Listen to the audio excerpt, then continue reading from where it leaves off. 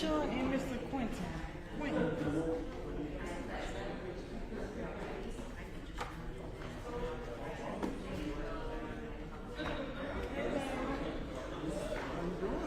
I'm okay. So who's coming?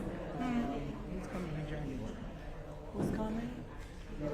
She's here already. No, not yet. But just be aware. You're talking in January. Signal fluctuates in Oh, I don't know yet. I don't know. But I heard there's going to be some changes. Really? I'm going to go to the right. But just in case, just be aware of things we're sending Ludos. Okay, just be aware.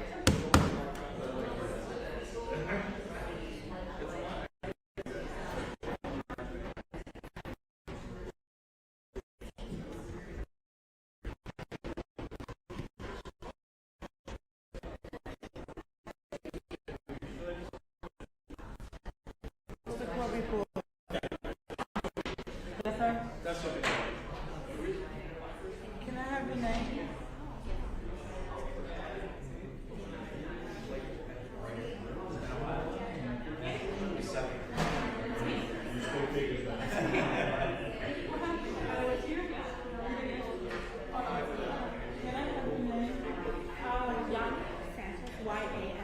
Sanchez? Yes. Yes. Thank you.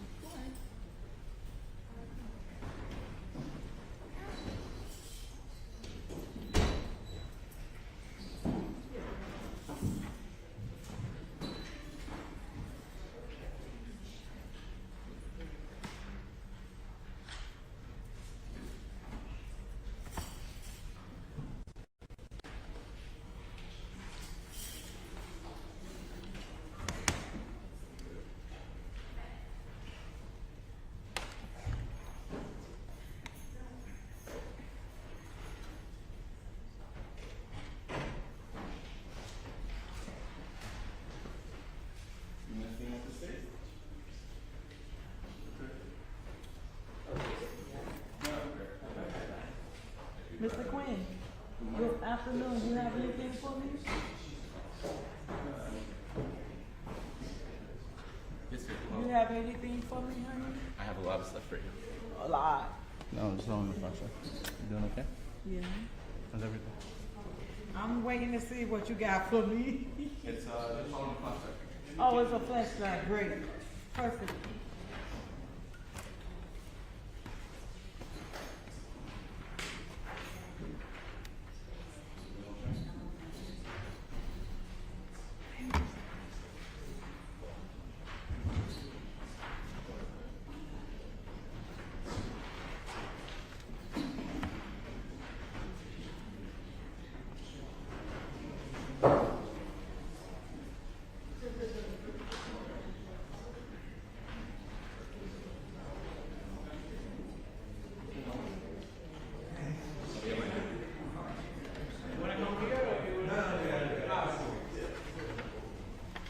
Right here.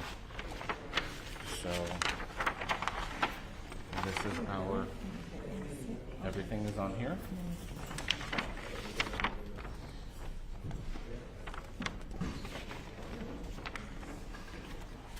I have a copy for you. You see, I'm good. I know, but I'm good, sir. Thank you. So all of this is on here. I'm Yes. getting all the names. Thank you. All right. That'll work. No, they're coming. Could you imagine? I mean, I can. I know you're the best, man. Hey. I gotta buy you a drink now. Don't buy him no drink.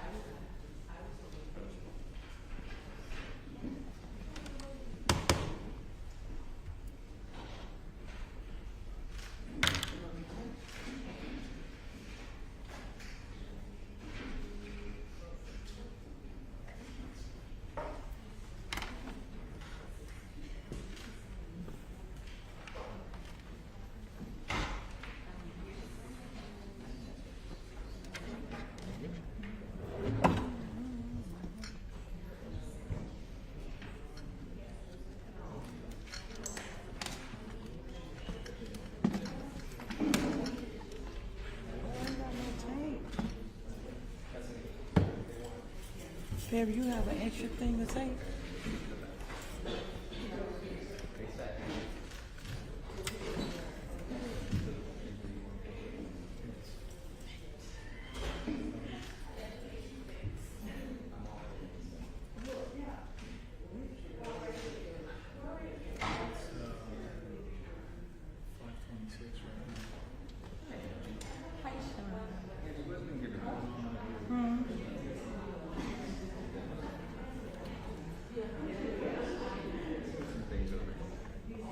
Let me put this flash drive on.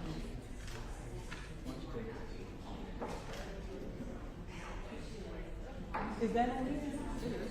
I want to also talk about it.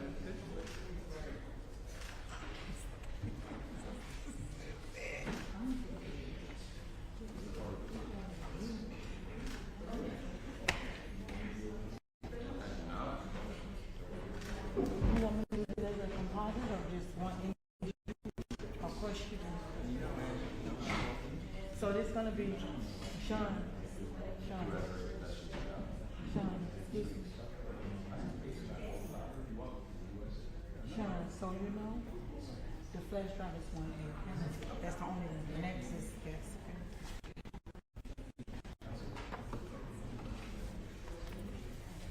No, I see. Did choose them as a part.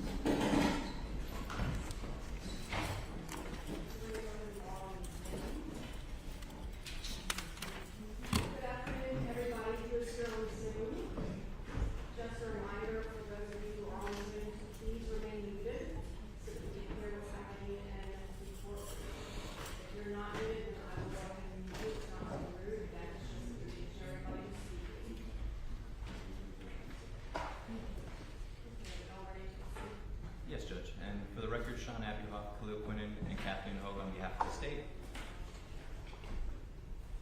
Good afternoon, Your Honor. Larry R. Hanford on behalf of the Obumseli family representing the victim.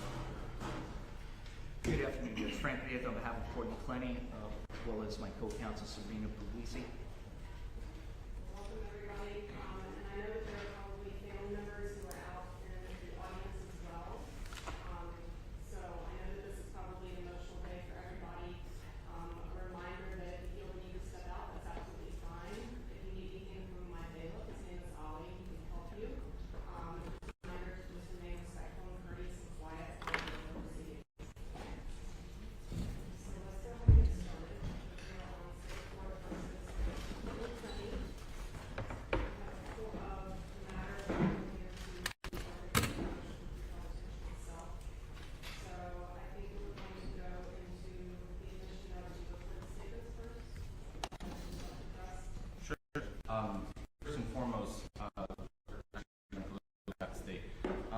First and foremost, the defendant's argument to preclude the state from using the recorded statements, frankly, for the purposes of this setting at least, is untimely. It is a substantive motion as outlined by the case law. It requires competent substantial evidence for which the burden's on the defendant. Before the court, there isn't any, not even an affidavit to submit to the court. So the defendant would be unable to support its burden under the case law to meet the two-pronged test that I outlined previously to the court. Furthermore, as it pertains to that issue, there are 4 videos. I'm just going to mention the videos because I don't have them off the top of my head. I have to stop my argument to go mention them. The first video is in the lobby of a building in public.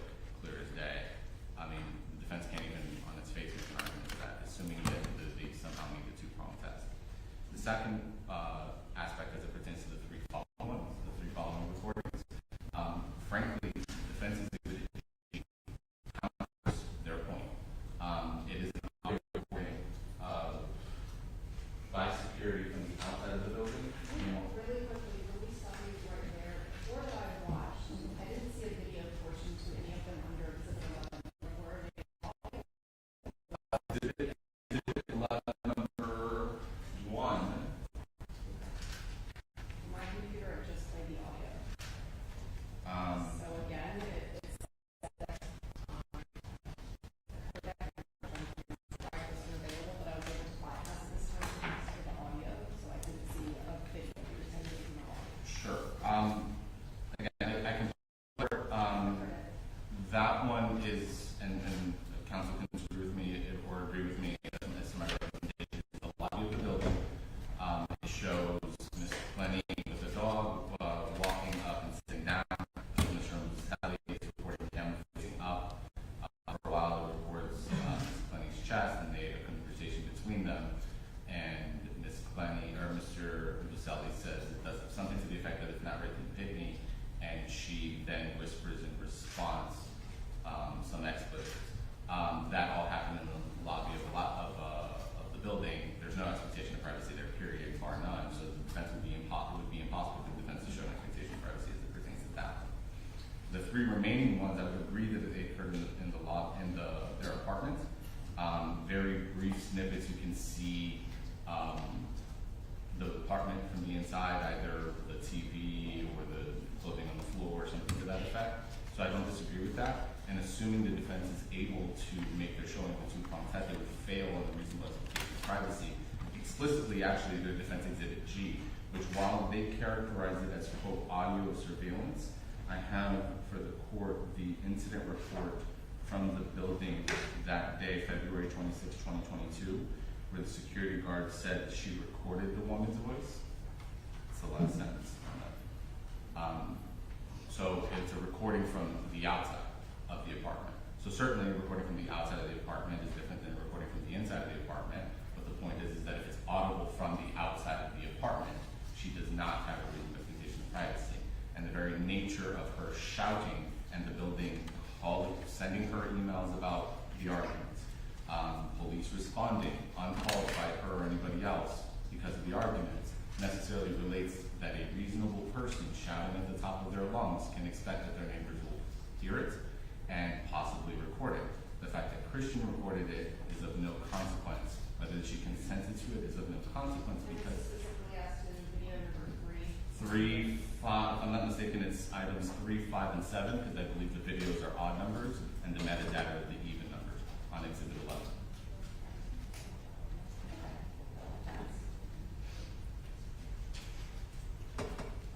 Judge, with respect to the lobby video, we don't have an objection to that.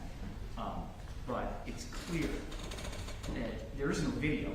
Your Honor's correct. There is no video on those other recordings because the recording device, which is the phone, is secreted on his person. So that's why there is no video, because it's on his person. With respect to the state's argument about the security could hear outside, that's a separate incident. That is not the day of these recordings. And this apartment, and this actually is of import later on in our presentation. This apartment had an elevator that goes directly into the apartment. It's got basically its own floor, own entrance. This is not an apartment building that has multiple units separated by thin drywall. Okay, this apartment had its own floor, and the state cannot dispute that. The state also cannot dispute that this was a surreptitious recording, secreted on his person. Therefore, it's a clear violation of 934. It's an illegal wiretap. This is a two-party state. And the only thing the defense has to show is that there's an expectation of privacy and that society is willing to accept that. And that's in Canario, I think it's in Canario, I can't pronounce it, in Serrano, Sabers in Serrano, which is 473 Southern 2nd, 1272. And that is a Supreme Court case from '85. That case talks about, is there a reasonable expectation of privacy for the oral communication, which clearly it's an oral communication, and whether or not society is willing to accept it. What more would society be willing to accept than somebody, whether they're raising their voice, yelling, screaming, than their own apartment? That is clearly, we've met the burden and the standards that's elicited or is laid out in State versus Incarnati. Further, Judge, the recording, the big difference between the recording that the defense submitted to you with, I think it was G, is a recording by a security guard from the One Paraiso building. Pursuant to her job duties, she is investigating a disturbance. Anything she records during her duties is something that it would be, number one, it's not going to be hearsay because it would be a business record, right? Kept in the regular course of business. And so, I don't even, again, hearsay could be admissible in this type of hearing, so I won't even address that. But what is different is that was a call to security for a disturbance. Normally, there would not be anybody outside her door. There wouldn't be. So the reasonable expectation of privacy that Ms. Clenney had is obvious. And I think it's an expectation of privacy that society is clearly willing to accept in one's own apartment under the circumstances of this particular case. So let me say this. First of all, I'm going to deny your request for not having this as a hearing because it's untimely. I'm going to go ahead and allow our new court so that I can make a ruling as to whether or not these recordings are going to be in evidence for the purposes of this apartment hearing only. I think that you can make arguments both ways as to both the defense's allegations as well as the state.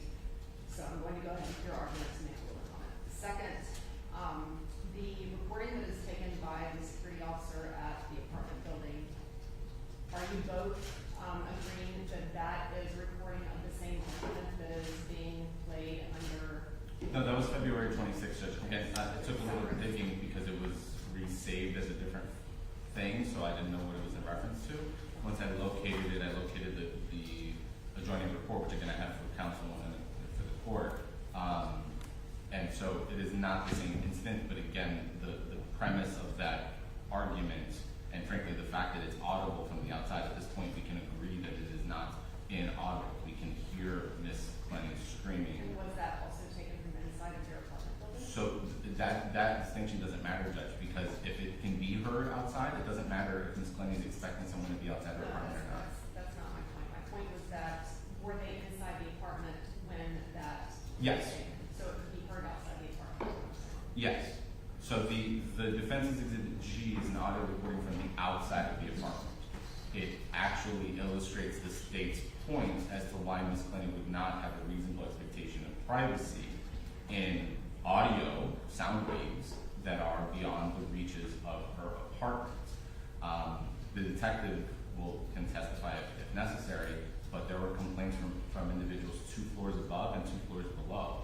So irrespective of the private floor, quote unquote, there were 3 months worth of Ms. Clenney screaming. And again, just as a reasonable matter, an individual does not have an expectation of privacy in their sound waves being too far and too loud for other people to hear. And again, it's audible that she is screaming in the videos. Judge, just as a final matter, the way this building is laid out, and if necessary, I'm sure the detective can testify to this and all calls and witnesses. The only people that can access that apartment in the landing area outside of the elevator is with a key fob type thing that has to be inserted into the control panel of the elevator. That's it. That or an employee. So a reasonable person would know that nobody's coming to my foyer landing area outside the elevator. It's a disingenuous argument. It was a very private apartment complex. I think that is true, generally speaking, and I think for the conversations that are recorded where she is not yelling at the top of her lungs. In fact, I had to turn it down when I was listening to the lowest point of my volume on my computer because she was yelling that loudly. I think that your point is belied by the fact that these conversations had occurred previously in her apartment and had been disturbances that neighbors had called in. If they had not been able to hear her and if they had not from other apartment buildings and they wouldn't have been called in, number one. And number two, the fact that it happened in February puts her on notice of the fact that everybody can hear her screaming. They've already called security on her, they've already called police on her. So. Well, Judge, I think they called the police on them, to be clear. And that's true. And I'm not disputing the fact that there's an argument going on, but I think that also belies, at least with that video.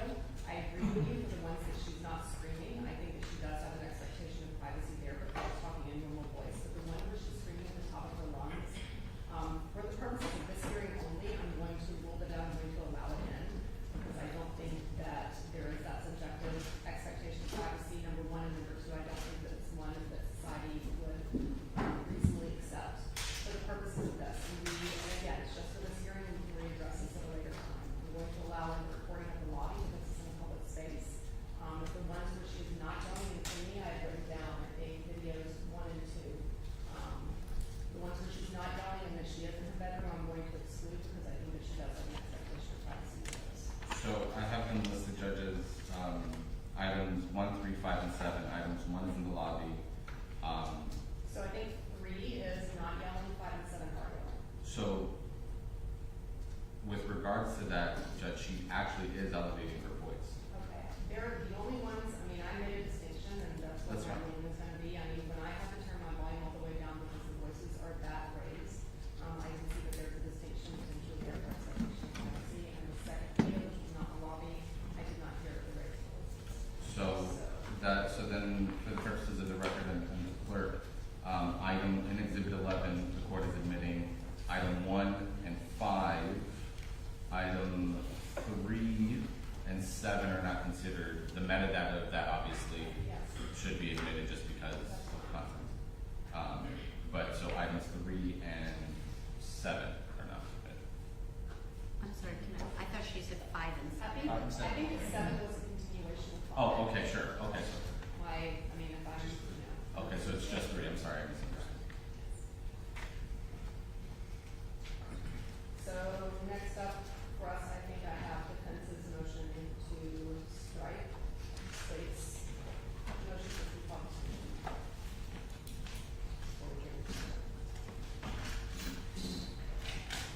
Alright, so yes, Mr. Greco, you can go ahead and give your argument as to that. I read both your motion as well as the state's response. Sure, Judge, our motion was very detailed. I think that we can rely upon that with much argument. I would just say, obviously, we've been scheduling this for quite some time, Judge. And at no time did the government file their motion for pretrial detention, right? It says the plain language of the rule and the accompanying statutes indicates that this is close to first appearance, but then they latch on to the at any time before trial. But we've been putting the court and the state on notice of this hearing.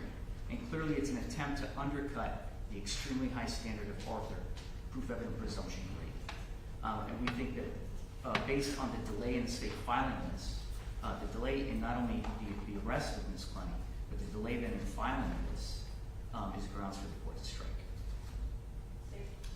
Judge, I had a motion for pretrial detention ready when she was still in Hawaii. We decided not to because it would require us to put on evidence within 5 days, and it was done as a courtesy. The case law is clear. The defendant has not been granted any bail. We are already setting to set bail where it would be proper. It is almost first appearance, but for the fact that it's obviously not she's been in custody, but it's still a setting where a bail would be addressed. Notwithstanding that, the defendant's argument would lead subsection B of the pretrial detention rule superfluous. So it would basically make it so that that whole rule has no purpose if we're not filing it, at a later stage. So I do agree with the state when you are reading Rule 3.1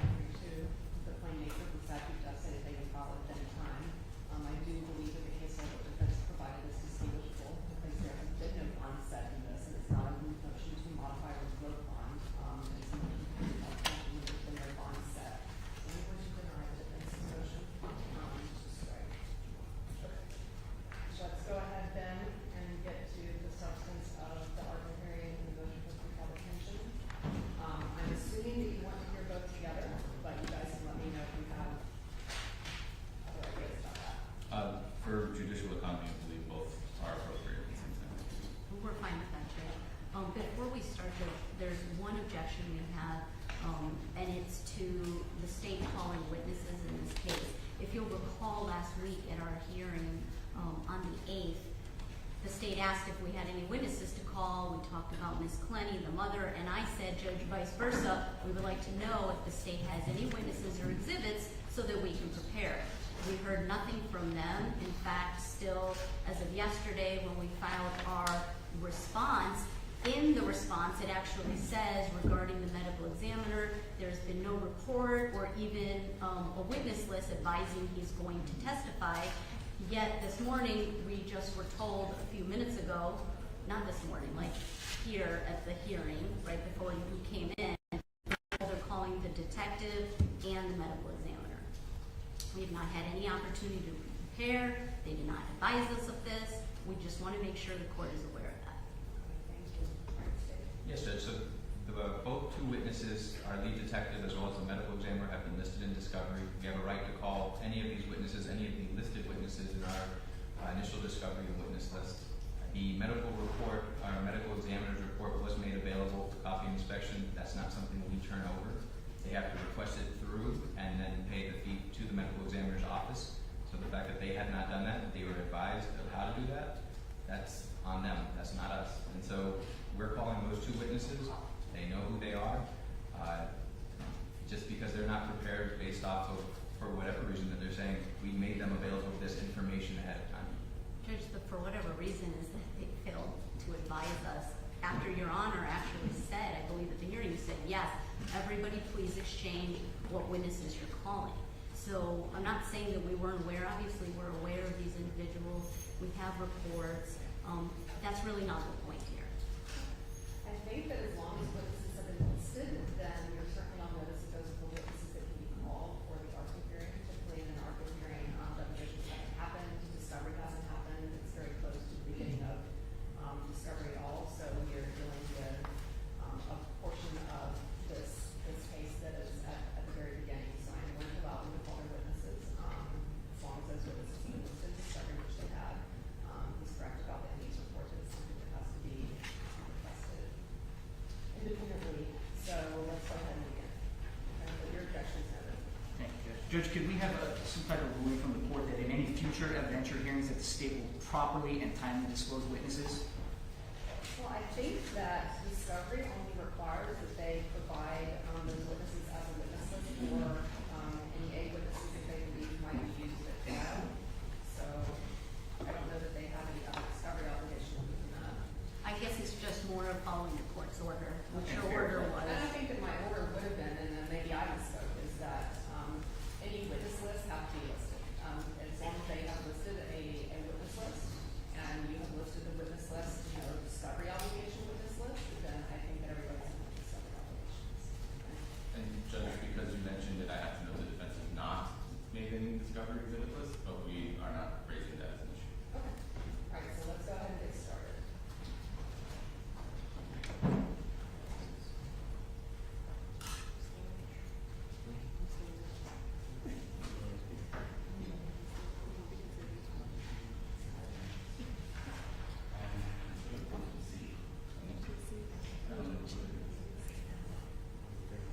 Is this okay? I mean, it's a little crowded over here, but. All cell phones need to be turned off.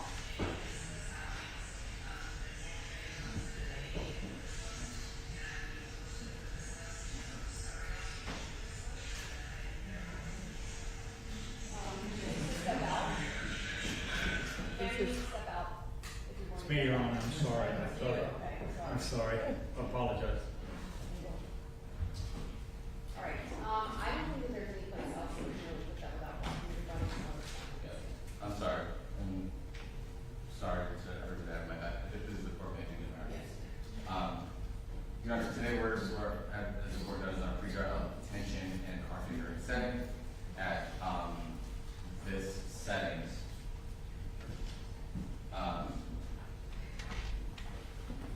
As the court is well aware, there's certain different burdens of proof. It is a joint hearing. I'm outlining here on the screen right now the burden of proof and pre-trial detention. Our burden is only to show the defendant is charged with a dangerous crime. Dangerous crimes include both homicide and manslaughter. I'm only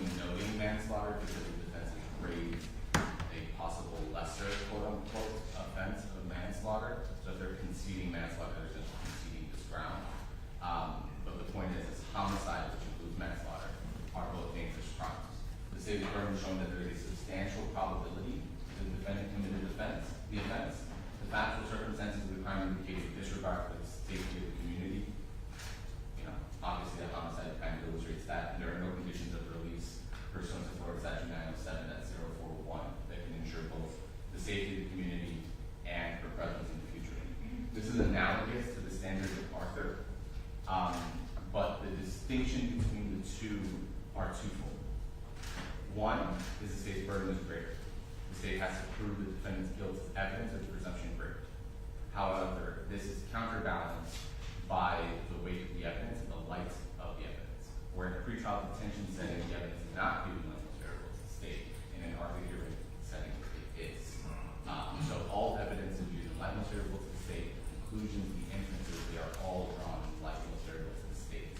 And I'm not, just mentioning that, as an inference. That is a direct quote from Arthur. It is a preposition that is set in the foundation of Arthur. As to the admissibility of evidence in both settings, hearsay is admissible, affidavits are admissible. As the court correctly noted, this is a proceeding that occurs early on in the discovery process. Availability of witnesses, compilation of evidence, much of it is reviewed, but not necessarily processed or by an individual that can theoretically testify to that, such as an expert. And I mentioned examples where a medical examiner doesn't testify, the state just admits the medical examiner's report, for example. So the state has entered into evidence 32 exhibits that the court has had an opportunity to review. I'm not going to review all of them at this stage, and Detective Cristino and Dr. Hudgens will testify to much of the substance of evidence, but I do want to highlight to the court the date of incident. Much about this case, both from the state and the defense, will be similar fact evidence, but the date of incident is the crux of the situation. Mr. Obumseli was killed by a stab to the subclavian artery. He bled out as a result of that stab. Incidents from before can certainly cloud or create a perception of what led to it. And the dynamics to that certainly are at play, as the state is outlining in its motion. We're not avoiding that at all. But the date of incident, the circumstances under which the defendant killed Mr. Obumseli are particularly important. We extracted Mr. Obumseli's phone, and the day became, just woke up calmly.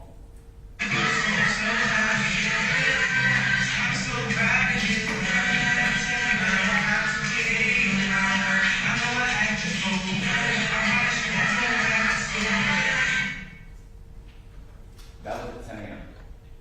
Christian's in their living room, you can see it in the background, and he's just singing, lip singing. The defendant is dancing with their dogs. Christian's just recording.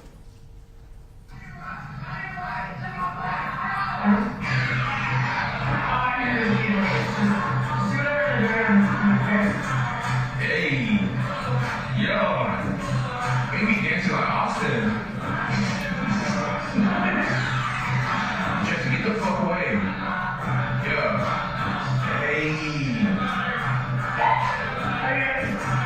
Yeah. The state will note in this video, the court can see the defendant's legs, and for example, the bruising that was photographed several days later and the defense will introduce on its own already exists. Christian is very clearly alive. So those bruises could not have been created in the quote-unquote struggle of the defense characterizes it where he was at. It's just black and white. They existed beforehand. And the court, through the other evidence, can compare the bruising, including the photographs that the state submitted to it of the defendant on the date of. But what matters is the incident. Christian leaves the apartment at 3:55.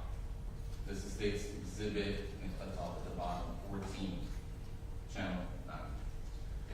3:55. He's on the phone by that I mean you'll see in the surveillance video, the court can see him holding his phone out on the phone. He's walking his dog. The defendant called Christian repeatedly, almost at a frantic call. For the record, the times are 1955, but that's in universal coordinated time, so this is local time 355. She called him 3 times in quick succession. Twice he did not answer, and then once was for a 40-second call. 10 minutes later, the defendant gets on Instagram Live. And on Instagram Live, she has marks on her shoulders. She has bruises. And again, we have not avoided the fact that this was a mutually abusive relationship. The issue is whether the defendant's conduct in stabbing or killing Christian is justified. So the bruising, the defense is going to try to suggest was as a result of a struggle, simply do not exist. So Mr. Obumseli returns at 4:32 and 44 seconds. He enters the apartment or exits their walkway, 22nd floor, at 4:33, which is at the exact same time the defendant is called Christian. It's a 13-second call. And then 10 minutes later, the defendant calls her mother. I redacted her phone number.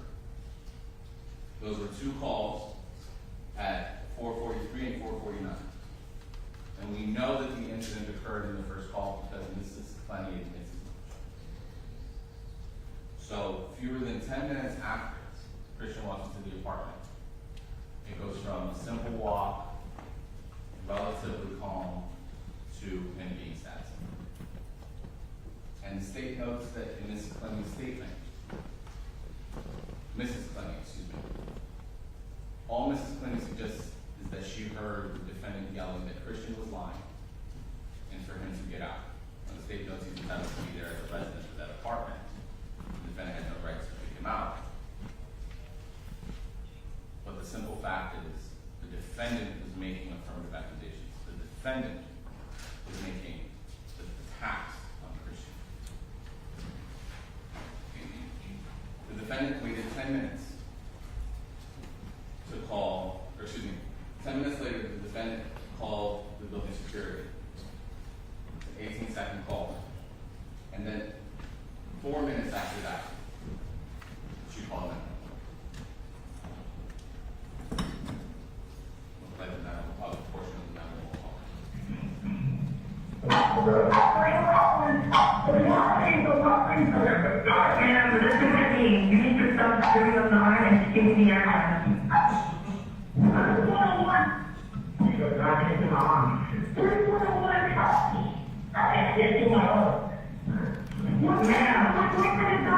Ma'am, what is the address?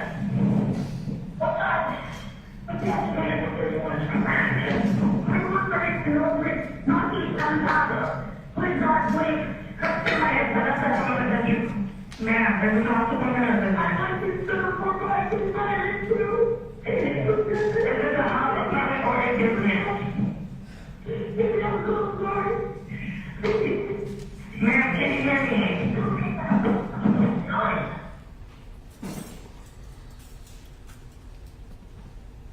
The defendant acknowledges her actions. She apologized. Police arrived within 5 minutes. I'm not going to air here the state exhibit 21 is still shot. It shows the defendant gravely Mr. Obumseli's body. The defendant is transported to Miami Police headquarters and interviewed, and she gives herself a statement. It's inconsistent throughout. It conflates the dates as a whole. It suggests that Christian had gone to Subway and that this incident occurred as a result of the Subway. We know from the key fob record, we know from the video, he was not returning from Subway. This argument happened earlier in the day. And it very might well have happened, as the defendant suggested, but she's conflating both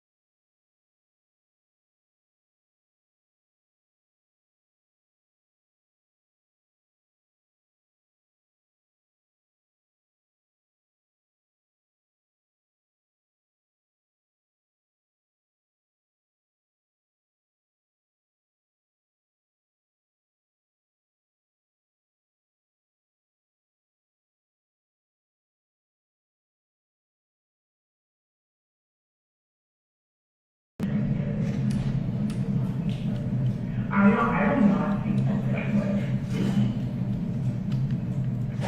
I don't know. I really don't know. It's just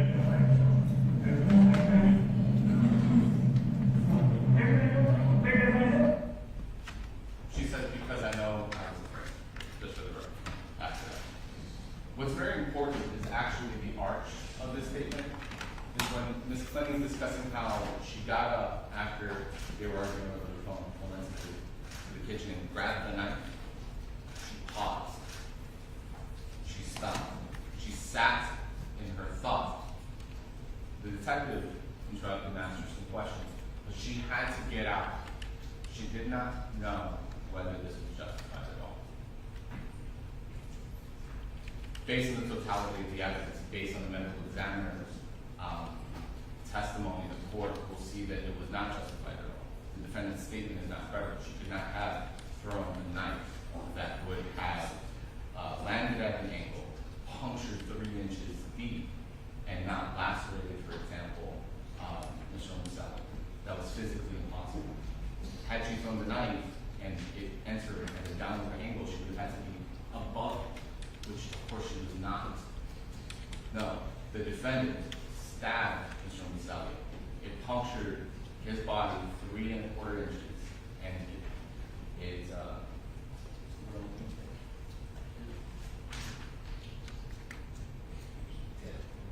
pierced through the subclavian artery. The court has those medical examiner evidence and reviewed it, and you can see the guy at a downward to his right, a person looking at the left angle. She stabbed him cross body. And the state agrees with Ms. Clenney this was not justified. And for those reasons, the state will ask that the court hold.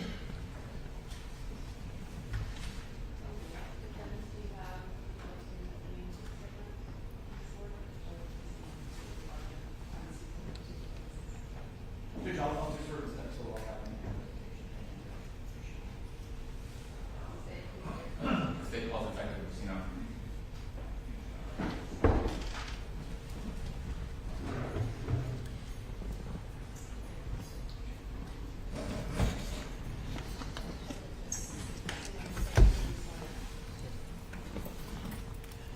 Do you solemnly swear or affirm the testimony you're about to give today is the truth, the whole truth, and nothing but the truth? I do.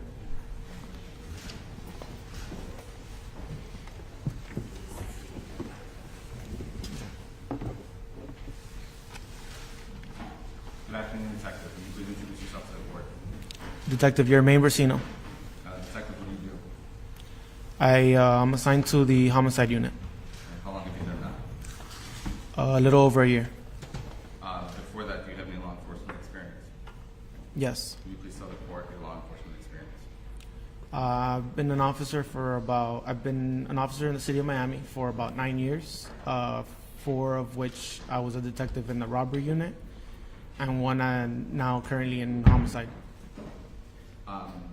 Do you know a person by the name of Courtney Clenney? Yes. Do you see Ms. Clenney in courtroom today? Okay.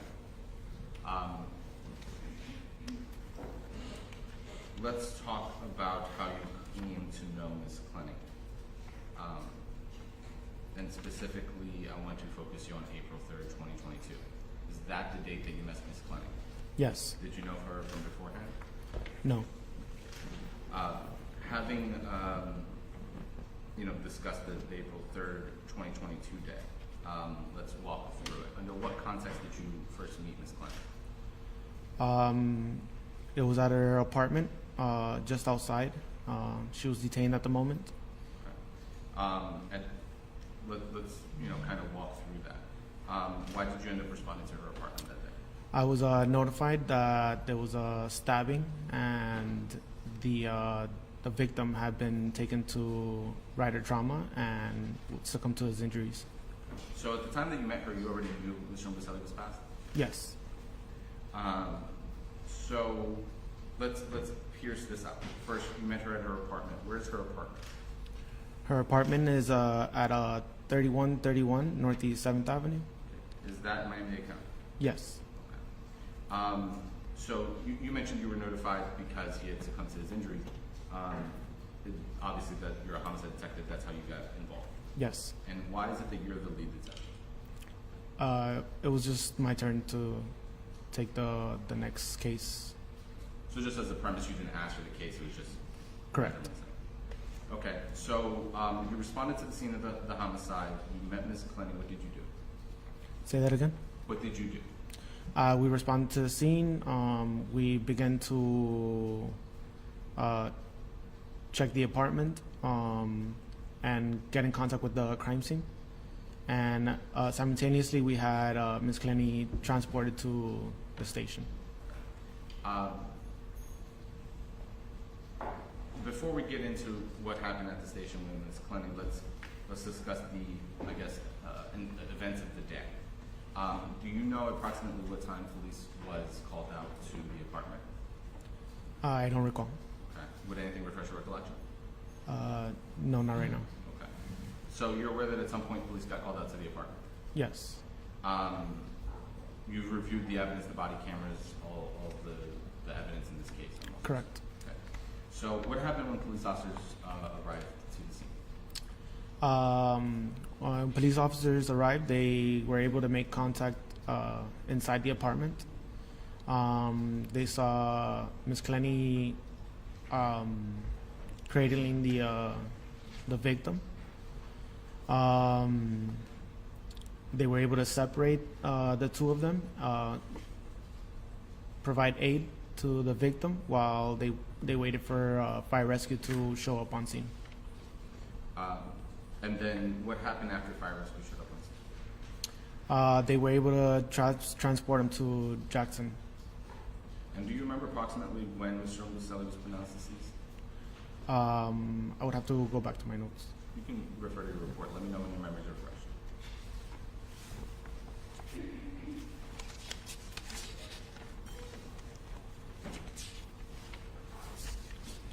At 5:55 p.m.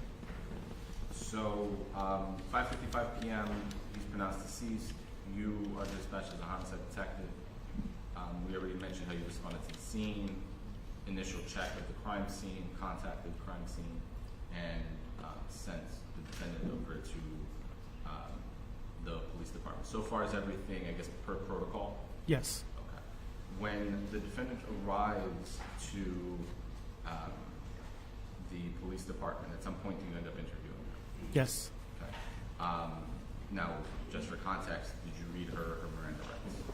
I did. Did she waive her Miranda rights? Yes. Was that audio and video leave recorded? Yes. Okay. I'm directing the court to the recorded statement. So I'm not going to belabor the point. The court has reviewed the recorded statement. Would you synopsize the defendant's statement for the court? So she told me that she was at the apartment. The victim had went down to go to Subway's.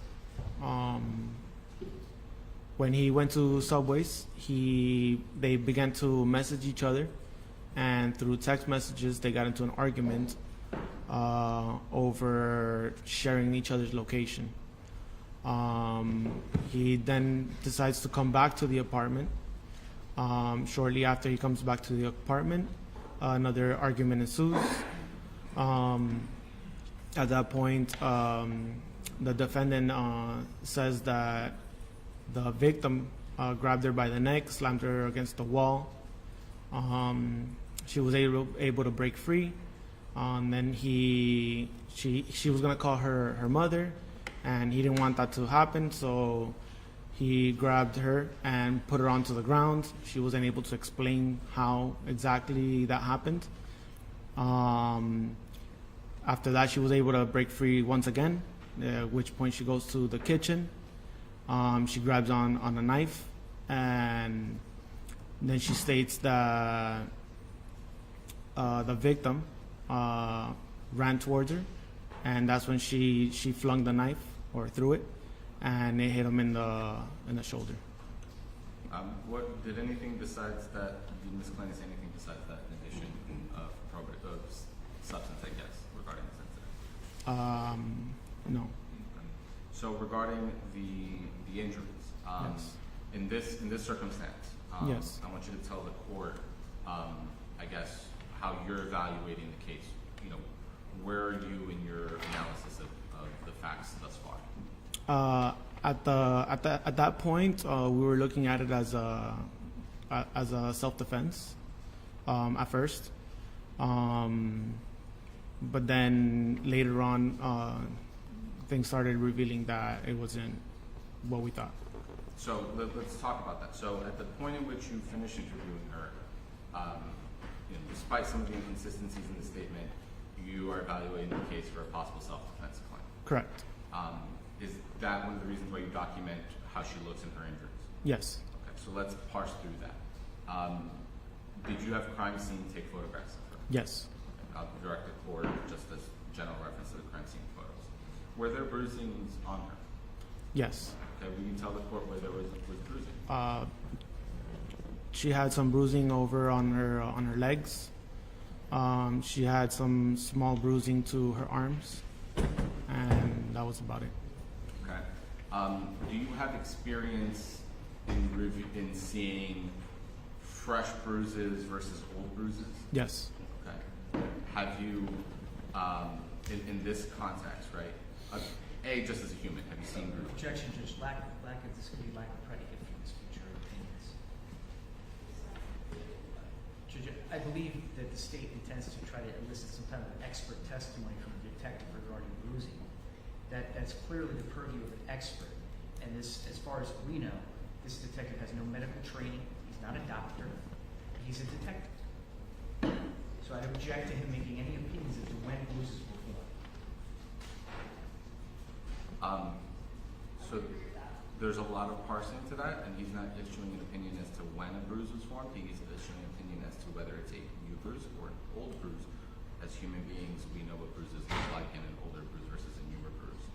An older bruise is darker versus a newer bruise, which is lighter and coming into I'll color. object to the counsel testifying as well, Judge. He's not an expert either. I'm going to go ahead and, I'm not going to allow that particular line of answers, but, Judge, can we approach sidebar very briefly?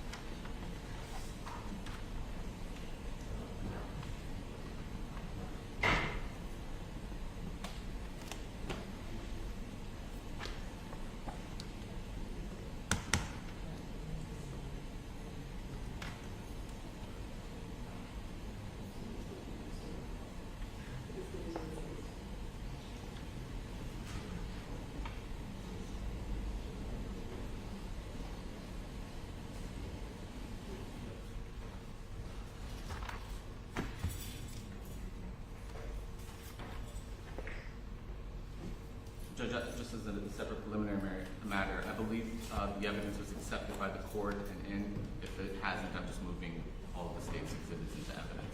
No objection. Other than what was previously noted and reserved.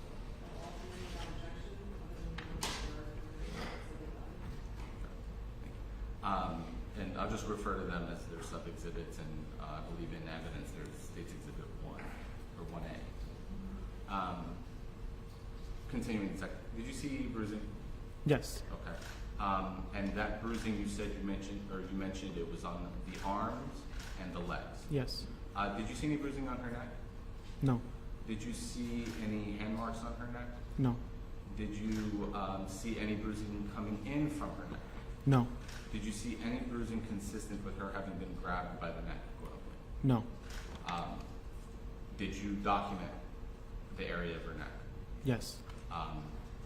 And are those, in, I guess, the photographs that were documented by crime scene? Correct.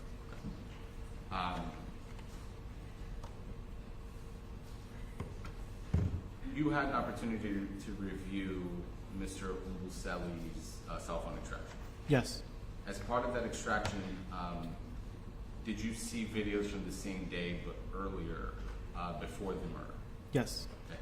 In those videos, did you see bruises on Miss Clenney? Yes. You also had an opportunity to review the Instagram Live video that she posted between Mr. Obumseli leaving the apartment and returning. Yes. Did you had that opportunity to review that video? Yes. And in that video, did you see the bruising on her? Yes. Now let's speak specifically.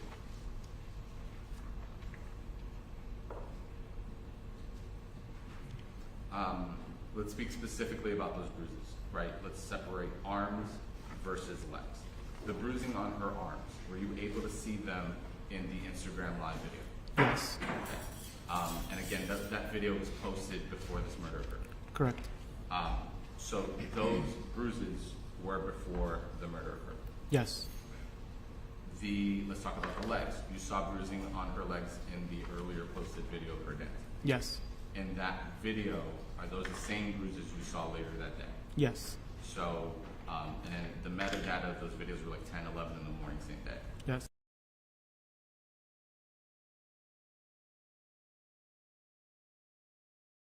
Correct. So let's continue through this. You mentioned that Miss Clenney told you and showed you how she threw the knife or flung, as you said, at Mr. Obumseli. Yes. Would you please recreate to the or reenact to the court the manner in which she claimed she threw this knife? She said she put it over her shoulder, and then she just flung it forward. And I'm just noting if we've got to talk about the record, right? So you're saying that she got her arm back and threw it forward. Yes. And I guess just as a parallel, it's kind of like a football Yes. action. Correct. It was not a fling using like a flick of the wrist. Correct. Okay. So, after you interviewed, okay. Actually, before I move on from that, did she tell you the distance in which she flung the knife? Yes. Okay. What was the distance that she told you? She said it was about 10 feet apart. Did she point to the room? Yes. Okay. What was it that she said when she pointed to the room? She said the distance was bigger than the room that we were in. Okay. And so in that context, as if the room was 10 feet, it was longer than 10 feet. Yes. So she was at a distance of approximately 10 feet when she claimed she had flung this knife. Yes. And did at any point she say whether Mr. Obumseli was armed? No. No. He wasn't armed. Okay, so she did say, but he was not armed. Correct. So she acknowledges Mr. Obumseli was not armed in excess of 10 feet from her when she threw this knife at her. Correct. Right. So progressing from that, during the interview of the defendant, you became aware that she was on the phone with her mother during the incident. Yes. What did you do as a result of that? As a result of finding out that she was on the phone? Yeah, after knowing that she was on the phone with her mom, and then you finished the interview, what did you do? I was able to get in contact with the mother over the phone. Okay. Did you do an audio recorded interview of Miss Clenney's mother? Yes. Okay. Were you aware that there was anyone present besides you and your fellow detective on that call? No. Okay. At what point did you become aware that there was someone else on that call? When the attorney arrived at the station, her father jumped into spoke from on the same call, saying that the attorney was there and that they would like for the attorney to be present for any more questioning. So during the length of your interview with her, you were not aware that she was with someone else in her person? Correct. As you were doing that interview, what did you ask Mrs. And I directed the court to the audio recorded statement that's in evidence, but again, will you please synopsize the contents of that call? We spoke about the relationship between the victim and the defendant. And she explained to me that I believe it was about a week before the incident, that the mother was there for 6 days because Christian wouldn't leave the house and he kept following her around. So she came down to Miami to see if the transition of him leaving the apartment would be a lot better than just them two trying to figure it out.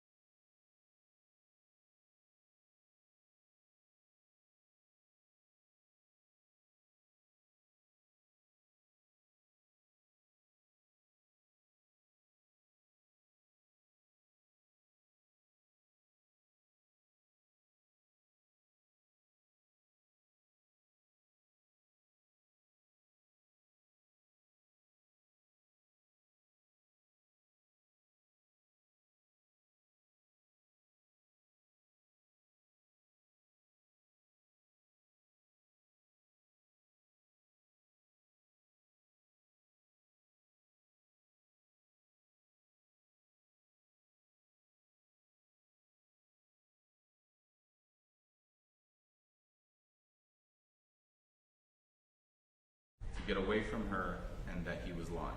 Correct. Nothing more than that. Correct. Mrs. Clenney didn't say anything about owl that hurts or any indication that the defendant was injured in any way. Correct. Did Mrs. Clenney tell you the circumstances of the incident, how she knows the incident occurred or under what circumstances? On the day of? Yeah. No. Okay. At any point did she tell you she knows what happened? No. So, having moved on from that,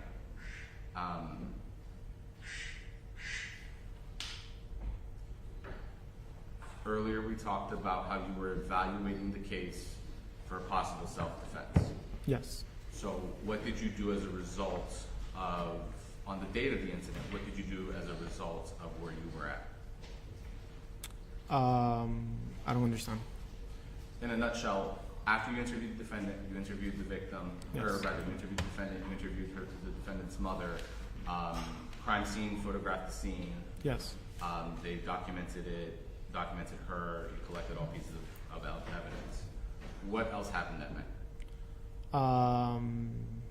Nothing else. We finished with the scene and the defendant was let go. Okay. Was Is released. that normal protocol? Yes. Okay, why is that normal protocol? At the time, we didn't have enough to say what actually did occur, and we still needed to continue the investigation. Had a decision been made as to the defendant's criminal culpability at that point? Well, at first, I was leaning more towards a self-defense. No, we discussed that. My Okay, question was, yes. did you close the case and say it was self-defense, or was it still open? No, it was still open. Okay. Yes. So the investigation was still open, it was still pending. Okay, so what are the next steps you took in your open investigation? Oh, okay. Well, we did several warrants for everybody's cell phones, the victim and the defendant's cell phone. We did warrants for social media,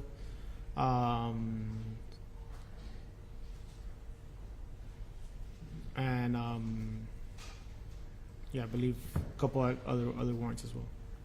As a result of some of these warrants, did you end up briefing the state attorney's office about the investigation? Yes. Okay. As pursuant to that briefing, were there subpoenas that were sought? Yes. Okay. I'm just going to go through things that are in evidence, but did you obtain police reports and body camera from Las Vegas? Yes. We're going to talk about this. I'm just going through everything. We mentioned warrants. You said on the phone. Which phones are you speaking about? I'm speaking about the victim's cell phone and the defendant's cell phone. Okay. Were you able to get the extraction from the victim's cell phone? Yes. Were you able to get the extraction from the defendant's cell phone? Not yet. Is that still pending and being attempted? Yes. From the extraction, were you able to obtain data and information? Correct. Okay, so we'll cross that bridge in a little bit. Pursuant to subpoenas, were you able to obtain surveillance footage and incident reports from one Paraiso condominium? Yes. Did you also obtain lease documents? Yes. As part of those documents, were you able to obtain the FOG records? Yes. You mentioned warrants on social media. Was that the Instagram warrant? Yes. And is that how we know the precise time in which Ms. Clenney was live? Yes. Did at some point you obtain the call detail records of Ms. Clenney? Yes. Or the defendant, sorry. Even though I lost myself on that.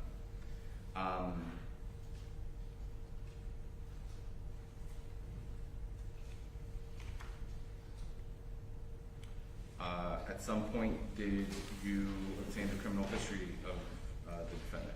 Yes. At some point, did you obtain, pursuant to subpoenas as we were discussing, financial records belonging to the defendant? Yes.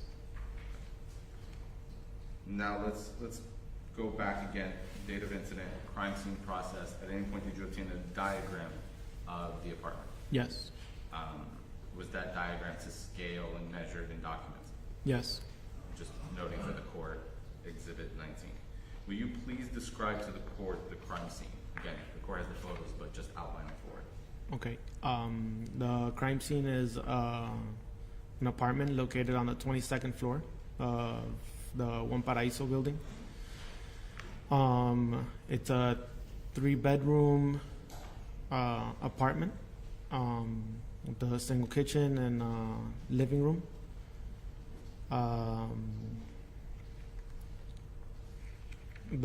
You want me to explain also where the scene was located, or? Yes, please, if you don't mind. So Okay. let's parse that through, and actually let's take steps of this.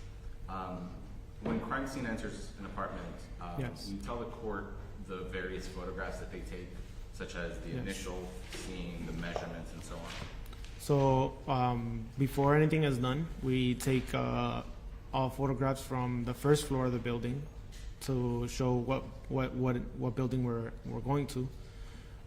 The elevator, the floor of the elevator that it stops on, the number that's fixed to the front of the apartment, the front door, and then all wide-angled and far away photos of every room in the apartment.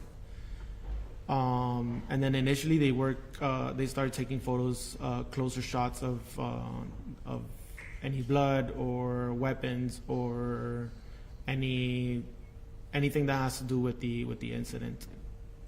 Will you please describe to the court I'm going to separate them into three. Yeah. There's the three different blood scenes. Yeah. Will you please explain to the court what that means? So the first one that we find is where we initially found the victim, which is the first puddle of blood. The second one was more towards the living room. And then the third one was, it was more between blood spatter and droplets that were moved around not moved around, but showed that the victim was walked around the apartment. Objection, Your Honor. So let's piece through that. So there were two pools of blood, which is 1 and 2 that we just discussed, and then the third where there was droplets and spatter. Yes. You described this one, I'm just noting it for the record. The first one, the first pool of blood is where the defendant was located, Yes. holding the victim. The second one you said was further back, and it was just a pool of blood. Yes. Did you see blood transfer on the wall? Yes. Okay. What does that blood transfer mean? Well, it can mean numerous things. Okay, but I mean, But answer the that. one on the wall was it means that it's blood spatter, meaning. No, I'm talking about the transfer. So Okay. the second pool of blood, if you recall, Okay. there was, again, I'm just noting the exhibit that's in evidence. There was blood on the wall, Yes, I remember now. and it was kind of filled. It wasn't spatter or drop. Do you recall that? Not so much. That's fine. Then we'll move on if you don't know. So let's talk about the blood spatter and the droplets. You Objection, mentioned. there's lack of predicate.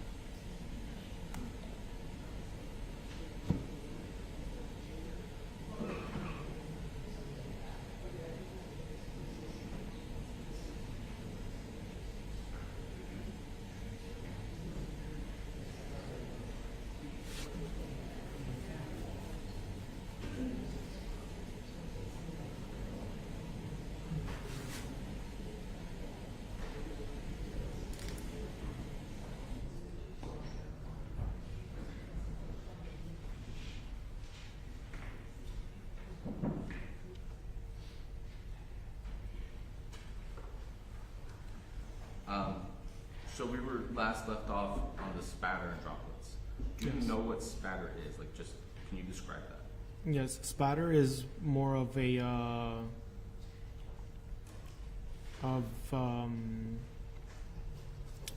way that the blood kind of like just if you stab somebody or I'm not asking for Objection, Your Honor. the if point. you swing any type of liquid, it makes a certain movement that it shows that the blood was traveling at a certain direction. So how is it different from a droplet?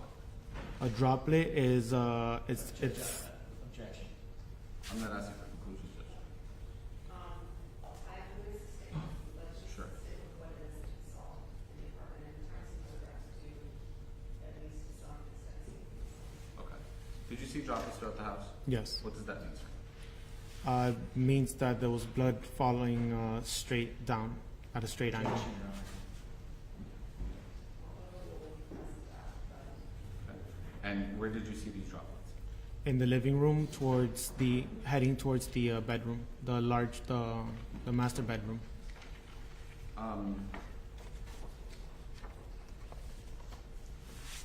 Just going back about the flinging of the knife. Do you have any information that the defendant knows how to throw a knife or is some kind of expert in throwing a knife? No. At any point in time, did Mr. Obumseli go to the medical examiner's office? Yes. Was an autopsy performed on him? Yes. Have you reviewed the contents of that autopsy? Yes. Okay. Let's discuss that autopsy. Who was the medical examiner that performed it? Dr. Hutchins. Okay. As a result of that autopsy, did he determine a manner of death? Yes. What was that manner of death? By stabbing. Okay. Did he rule the death any particular manner? No. Oh, I mean, yes. Homicide. Okay. At any point in time, did you become aware that it was impossible to have thrown that knife? Or at least that was the opinion? Objection. I'm just asking. Can you repeat the question? At any point in time, did you become aware that the throwing of a knife could not have caused that injury? Yes. Approximately when? Like, where were you in your investigation? I was later on in the investigation. So let's talk about some of the other evidence that you obtained. So we discussed Las Vegas. Did you get a chance to receive those reports and review them? Yes. I'm just directing the court to the Las Vegas reports. Did at any point in time did you review the body camera? Yes. Not to belabor the point, but will you please synopsize to the court what was in those reports and in the body camera? In the reports, it explained that the victim and the defendants were staying in a hotel room in Las Vegas. They got into an argument. Through that argument, the defendant threw a bottle of water at the victim while he was laying on the couch. And security was called to the apartment due to the argument. Did you review the defendant's statement? Yes. To Las Vegas. Yes. In that statement, what did she say? She says that she likes to throw things and that she guesses that she was the one that threw the bottle at him. Did she acknowledge throwing items at Mr. Obumseli before? Yes. What were those items? Plates and other items. Was Mr. Obumseli interviewed? Yes. As part of that interview, did there come a time where the officer asked Mr. Obumseli a bunch of questions as to whether the defendant was violent with him prior to that? I can't remember that right now. Sure. I'll just direct the court to the video. Following the defendant's admission, was she arrested on that case? Yes. Okay. Let's talk about the cell phone extraction. Did you get a chance to review Mr. Obumseli's cell phone extraction? Yes. Will you please tell the court, what a cell phone extraction is? It's pretty much just an extraction of all the data, messages, photos, videos, and even sometimes social media, saved posts can be extracted from the phone. When you received the extraction from his phone, did you get an opportunity to review the photographs? Yes. Did you get an opportunity to review the videos? Yes. did you get an opportunity to review the text messages between the defendant and Mr. Obumseli? Yes. I want to discuss with you regarding your review of those, and I'm going to bear with me because I'm just going to be very specific in directing you. You have all the records, just so we're clear. Yes. When they're produced, do they produce in a PDF? How do they come out? They're produced in a PDF. Do you recall how many text messages there were? It was over 12,000. I believe it was 12,220. Something like that. Yes.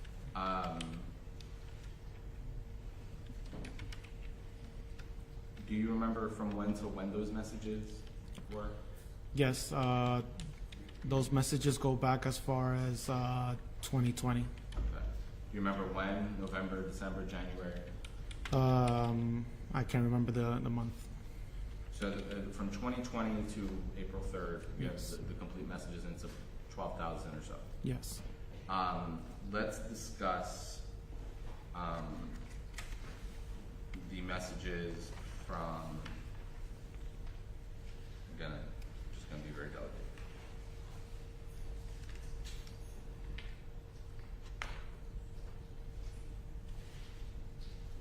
October 9th through the 11th, which is in the evidence as Exhibit 4. Did you get a chance to review those? Yes. Will you tell the court, again, just a synopsis because the court has them, what is covered in the messages between in State's Exhibit 4?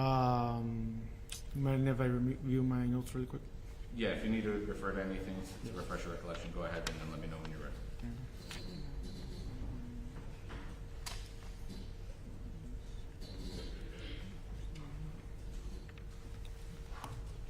All right. What was discussed on the October 9th through the 11th messages? So, based off of the messages, there was an argument that occurred again. Mr. Christian writes to the defendant that she stabbed him, and he wants to get into the room, that he needs help, and she pretty much just told him go get first aid, and pretty much just brushed him off.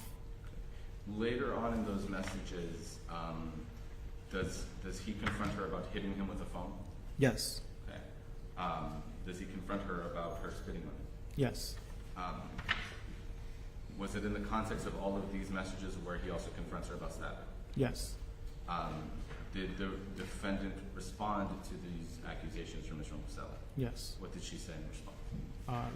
You can review your notes here.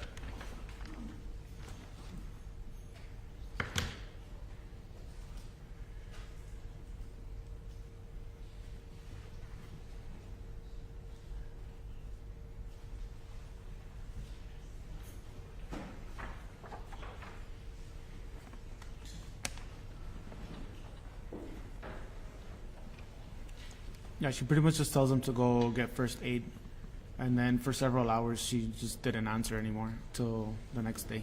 At any point does she apologize for her action? Yes, the following day. And does she do it in the context of acknowledging the accusations? Yes.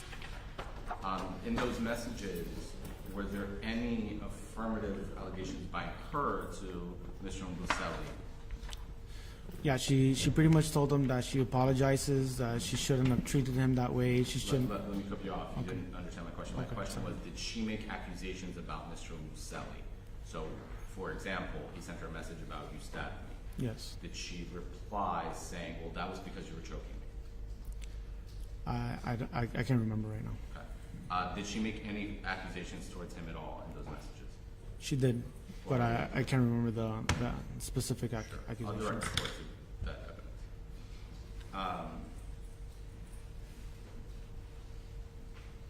Let's talk about January 30th to February 1st. Did you review messages from that incident? Yes. Okay, will you tell the court what that incident is about?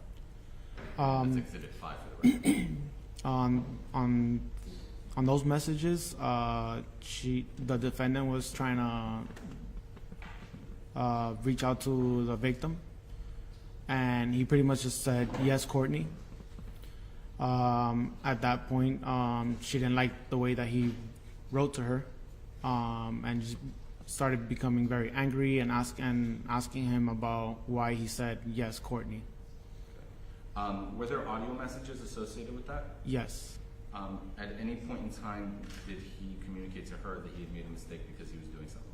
Yes. Okay, what was it that he communicated to her? He explained to her that he was just trying to answer quick because he was watching the overtime on a football game. Okay. Do you know what overtime he's speaking about? I believe it was the Bengals versus the Chiefs. Okay. And so you're referring to the overtime of that? Yes. So at any point in time, was there, I guess, did the messages continue, or was there a break in time between those messages? There was a break. Okay. At the end of the, I guess, argument over the tone of the messages and the next message, what is the next message that occurs in that break in time? May I go back? Sure.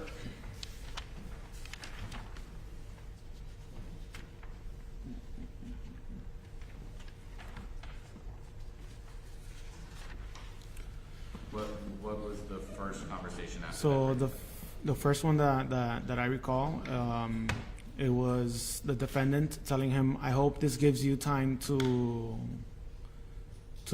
think about what you've done." And then she tells him, "Enjoy the hospital." And then after a little while, he messages her, "I lost a lot of blood. Can you come?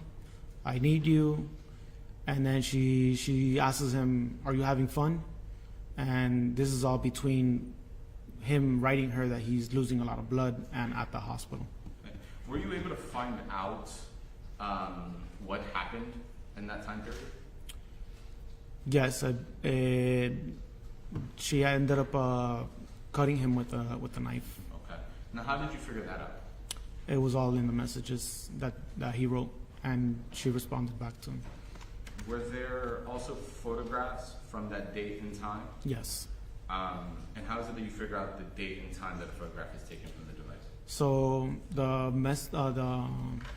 through the properties of the photo, it will show you when the photo was created, and it was at the same time and date as these messages were sent to him.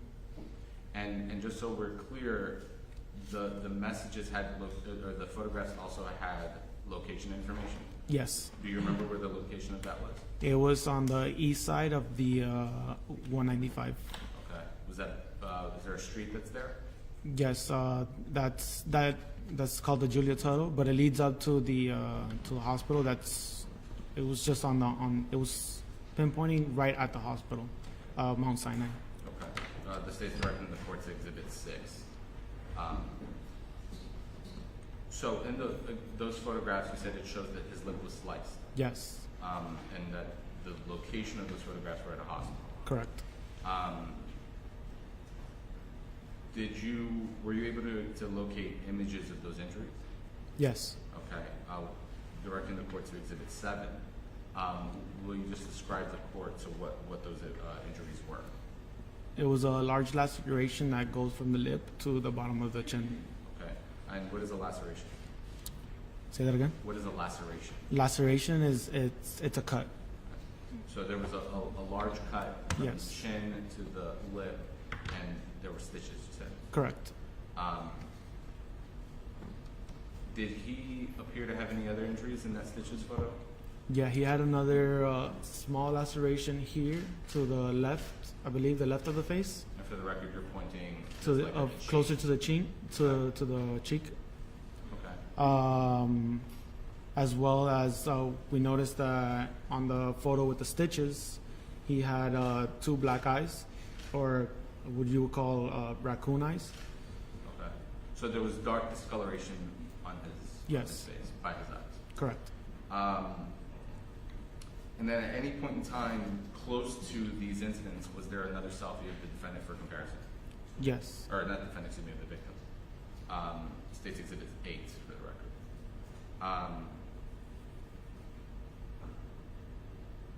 Were there more incidents documented in text messages? Yes.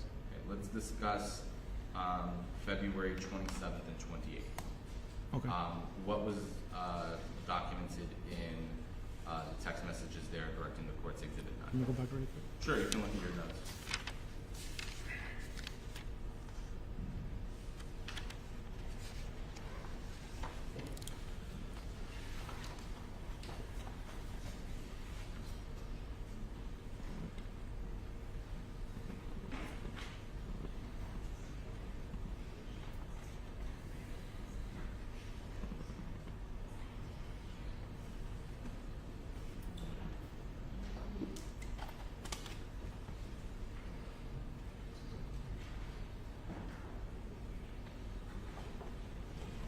All right, sir. What was discussed in the February 27th and 28th text message?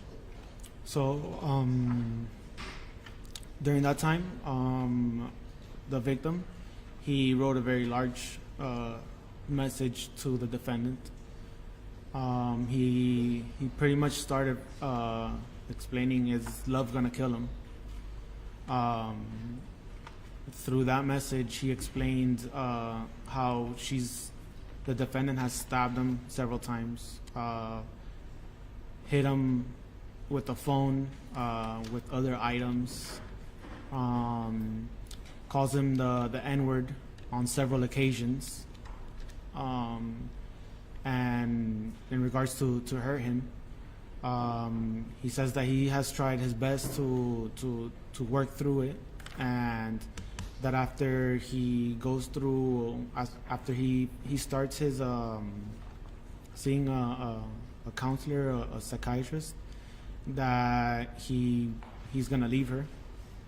But then he also went into explaining that if she was still willing to work through it, that he would still want to work through it.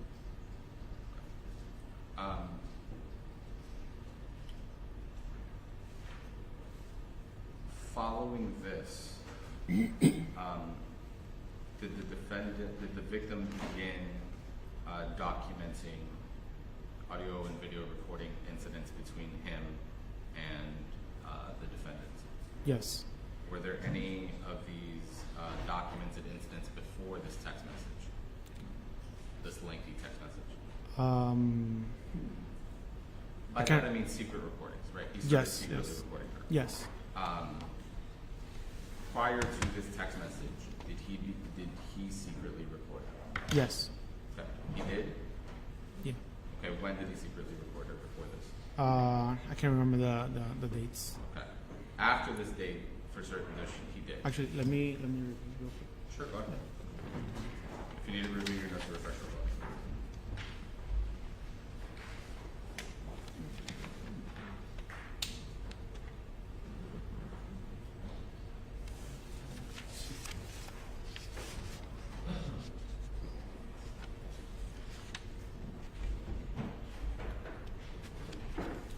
I don't have those with me right now. So you said you don't have them, as in, does that mean that you're No, not sure no. if he recorded her before? Correct. Okay. So you're not sure if he recorded her before February 27th, 28th, but you're certain that he did afterwards? Yes. Just directing the court to State's Exhibit 11 and the court's prior rulings. Sir, you're aware of a series of videos that the state has entered into evidence that was discussed here earlier. Yes. I'm not going to kind of publish those and air those because the court has already had them, but would you just generally describe those 3 videos? So on one of the videos,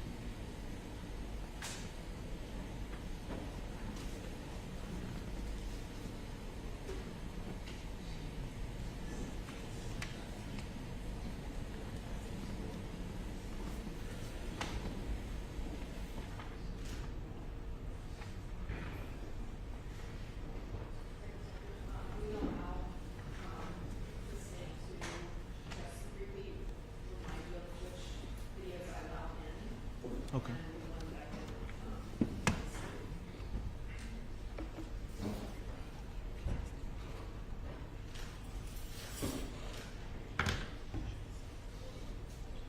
and let's get to just a brief break, about 5 minutes, and we'll let everybody take a break, stay in custody.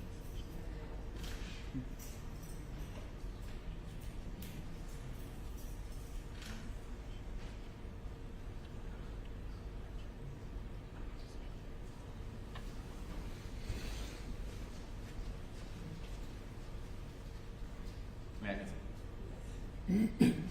So, Detective, as we were talking about, State's Exhibit 11 includes 3 videos and the metadata of 4 videos.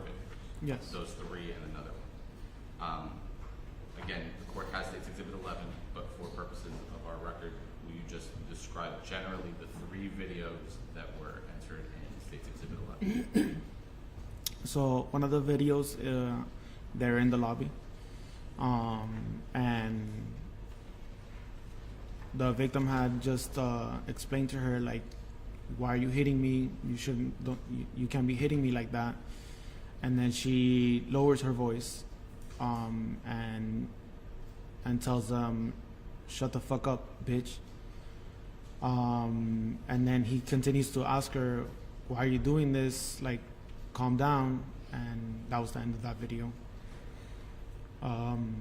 The other video, she was having some sort of tantrum in the apartment and yelling to the top of her lungs.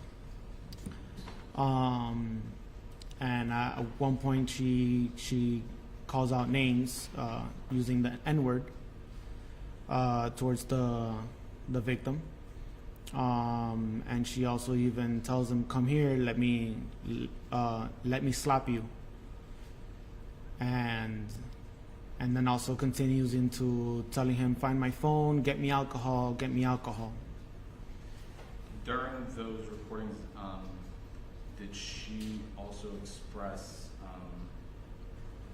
I guess, a jealousy of anybody?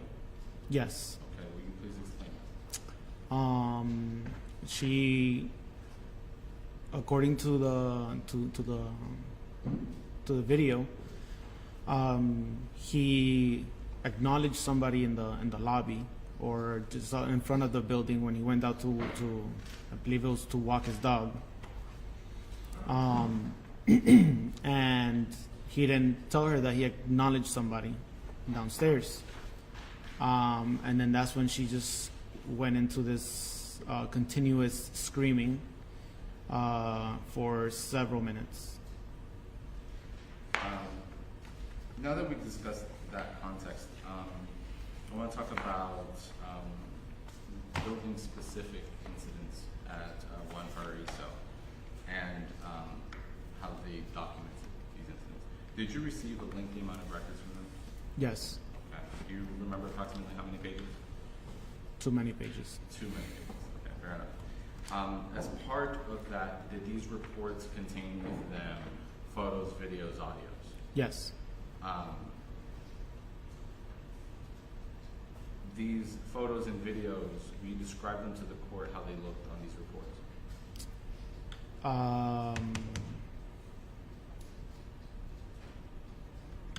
No, I can't remember too much about the Sure. those records. Were these videos and photos and audio recordings, were they original or were they like pictures of videos and things like that? If I remember correctly, they were original from the actual video. Okay. And are you referring to a February 21st incident? Yes. Okay. Again, that's State's Exhibit 10, I'm directing the court to, but will you please describe it for the court again for our record purposes? So at one point, the defendant walks downstairs or takes the elevator downstairs. Shortly after, the victim goes downstairs as well. Several minutes later after that, the victim comes back to the elevator. It opens, it closes. I guess he went to go back to look for the defendant. Eventually, they come back. She enters, when she's trying to click on the on her floor, but she can't because she doesn't have the key fob. So the victim comes in. He's trying to put on the key fob, and she goes into she begins to attack him, pull his hair. She at one point tries to swing at him with the closed fist. So he ends up kind of like holding her down so he can use the key fob and go back upstairs to their respective floor. Let's parse that through. You mentioned earlier about having received the key fob and directing the court to Exhibit 13. How many key fobs did that apartment have? 2. Okay. Do you recall which one was Christian's? Yes. Okay. Which one was Christian? Christian's is the one that ends in it's 01027. And then and that's the serial number. Yes. Okay. What was Courtney's key fob?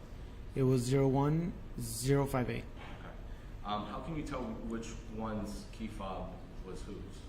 So the defendant's key fob has been inactive because she lost it, and it's been inactive since as of, I believe it was March. So and February 21st, she still had her fob. Yes, And how do you know that she lost it? Was that a message? it was in some of the messages. Okay.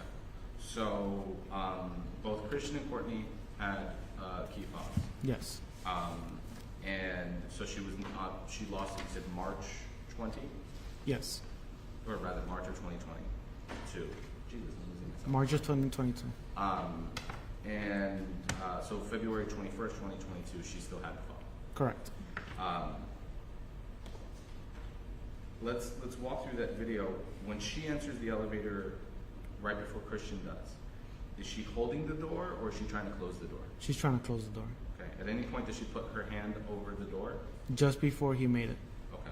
So she had her hand over the door right before he entered.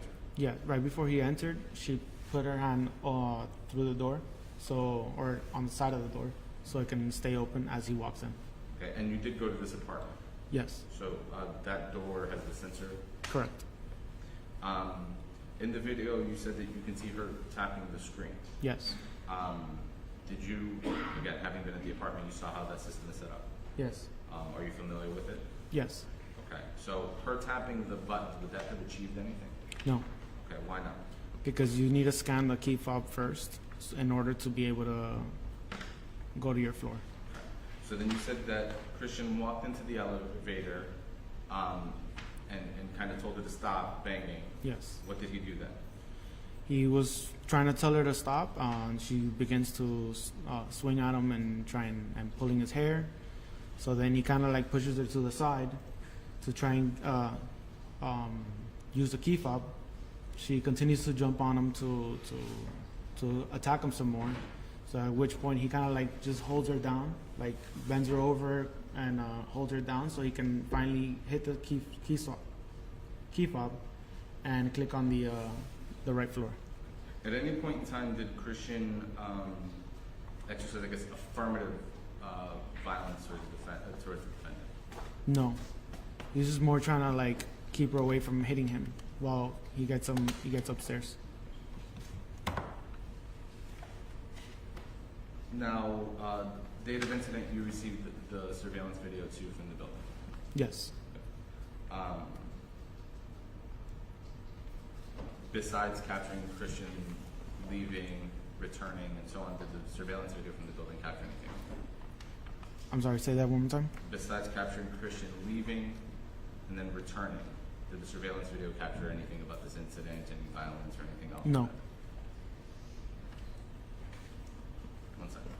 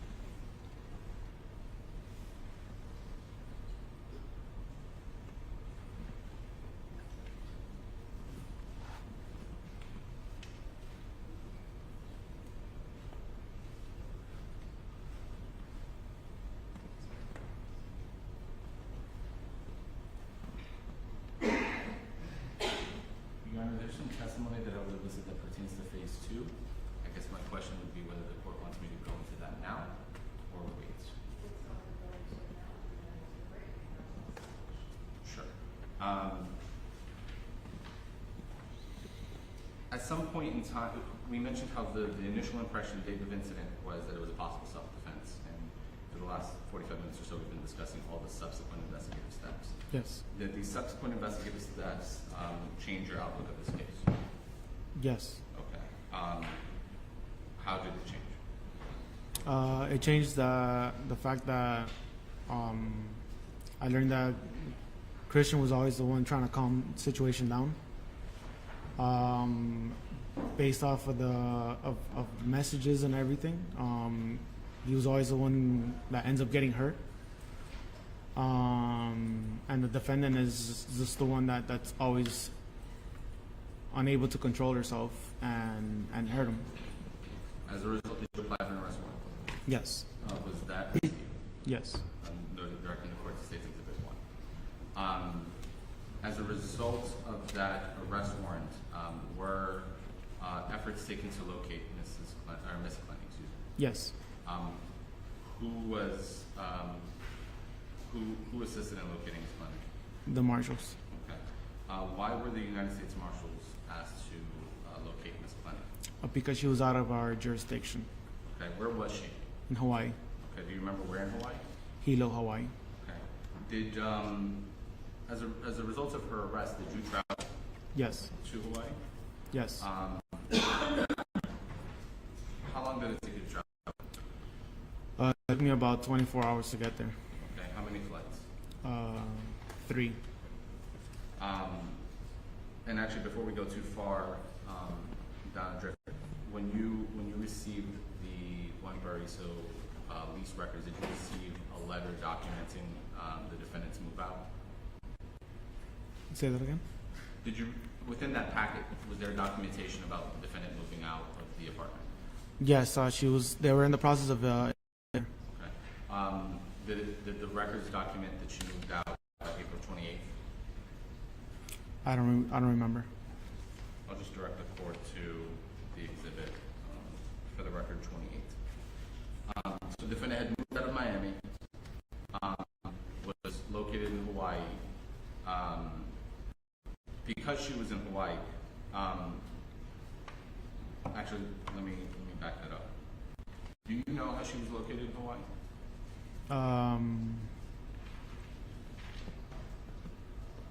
No, not really. So she was located in Hawaii, was apprehended in Hawaii and extradited to Miami. Did you, I guess, as a result of this investigation, were there subpoenas that were prepared obtaining the defendant's financial records? Yes. Okay. Let's discuss those financial records. Have you reviewed them? Yes. Okay. Directing the court to the financial records, which I believe are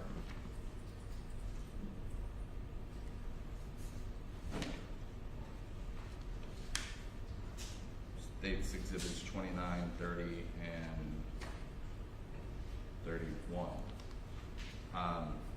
Did you at any point in time get a chance to review those records? Yes. Approximately how much, and then States Exhibit 32 is Bank of America records. Did you get a chance to review those? Yes. During that time, immediately before the murder, approximately how much money did the defendant have in the bank account? I believe she had just over $2 million. Okay. Again, just to direct the court to the exhibits, but roughly. At any point in time after the homicide of Christian, did the defendant make transfers of that money? Yes. Okay. Please tell the court. She made 2 separate money transfers over to her father's. Okay. And that was 9 days later? Yes. Did she make any other transfers after that, if you recall? I don't recall.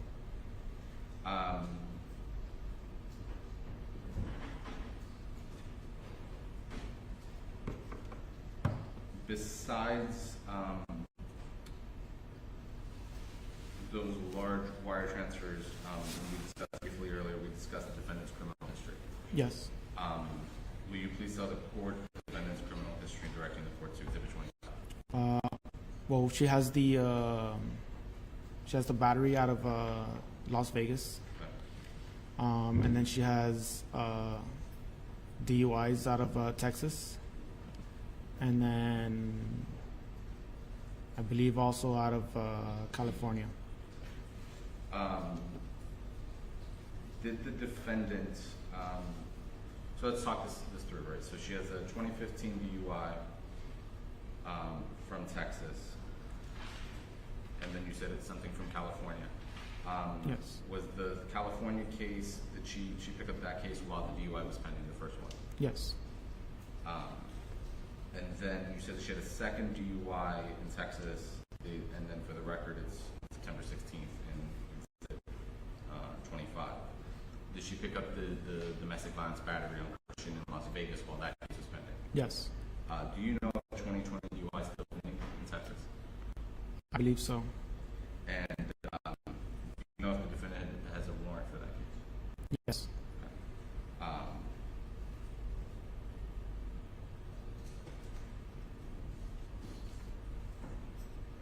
One second.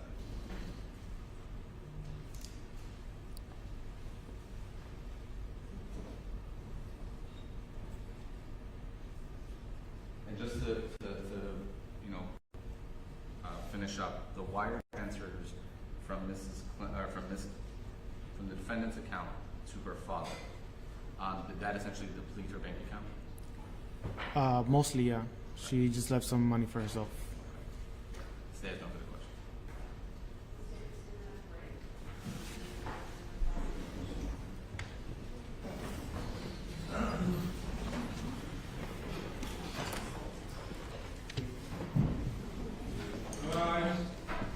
Write your first and last name. Thank you.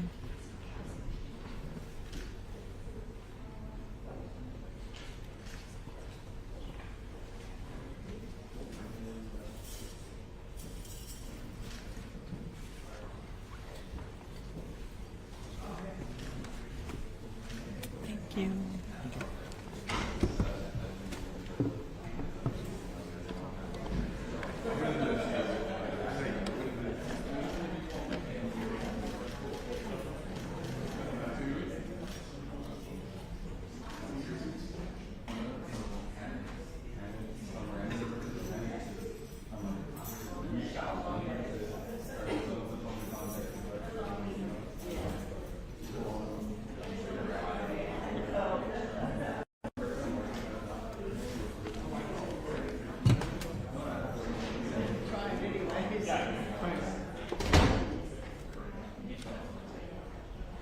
You got a seat or need the restrooms? Right? Nobody in the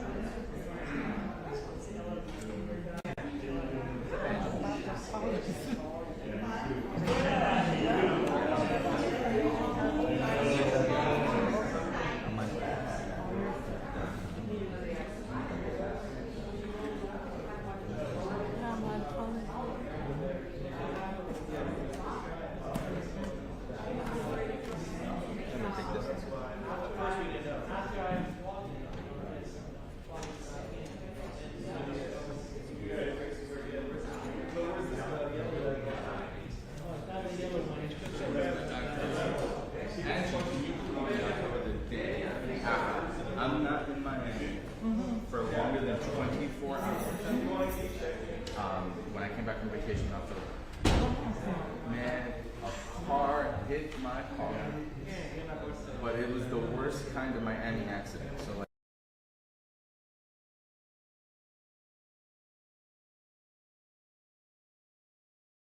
I'm right here.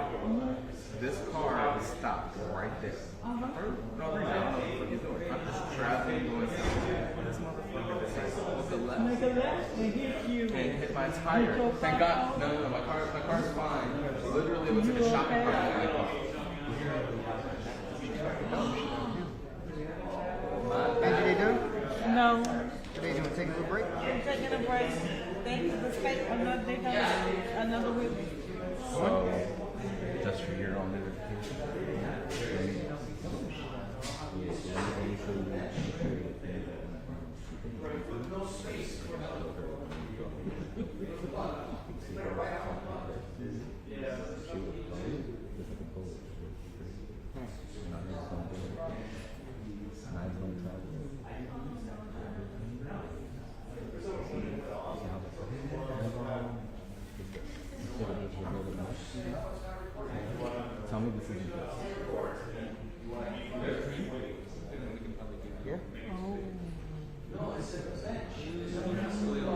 See, I'm here to you. Listen, they're watching, they're looking at it. I'm showing time. Sorry, I'm stealing his thunder, I'm sorry. No, I let you do your thing. They're looking at it. You can't come in here and try to act on my Oh, you always gonna take his side? Of course. Damn, it's like that. Can you believe that? And I've been knowing him. It's just like all the people that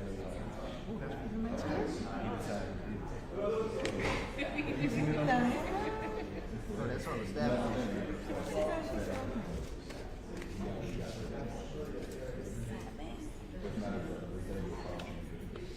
I'm good. How are you?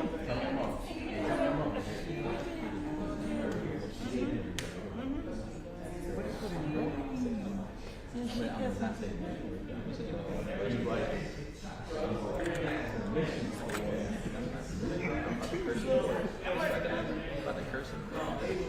we can just do it up. Like a button. No. When you get it wrong. No.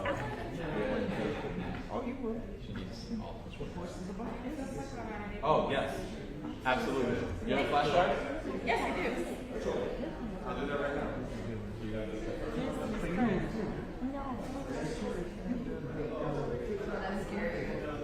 Let me go back for this before I leave. Let me go look at her.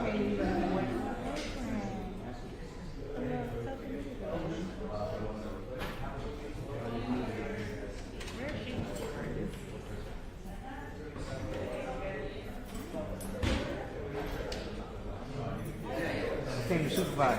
Take her picture. Make sure you take her picture.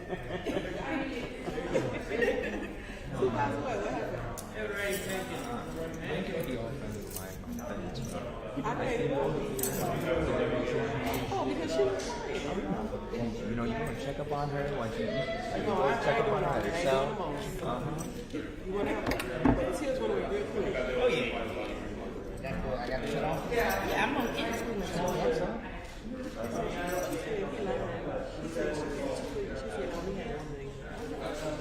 This sucks.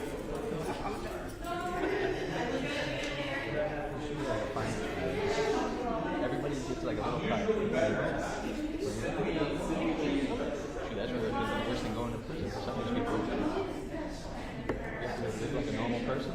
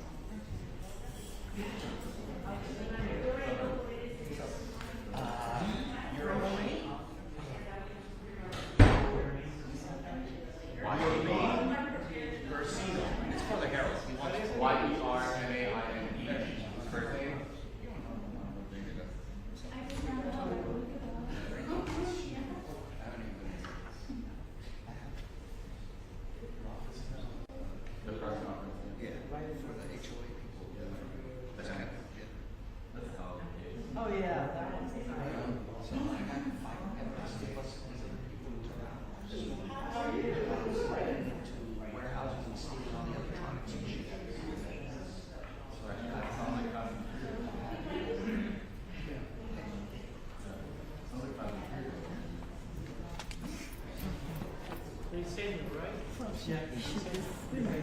Oh, it's so cold in here.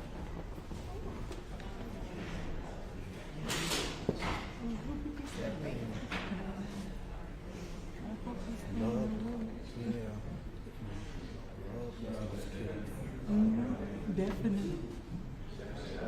He should have been out of there. That's a classic.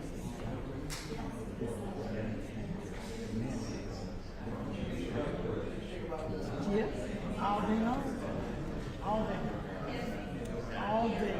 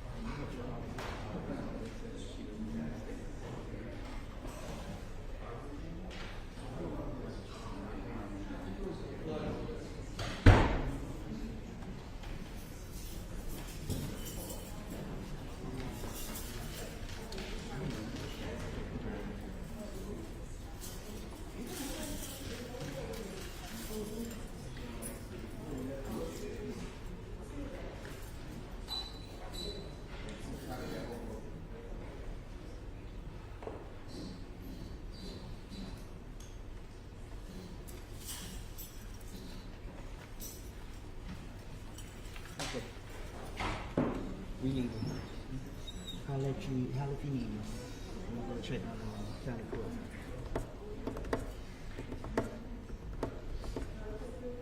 Got travel. County court, y'all. There's a few things going on.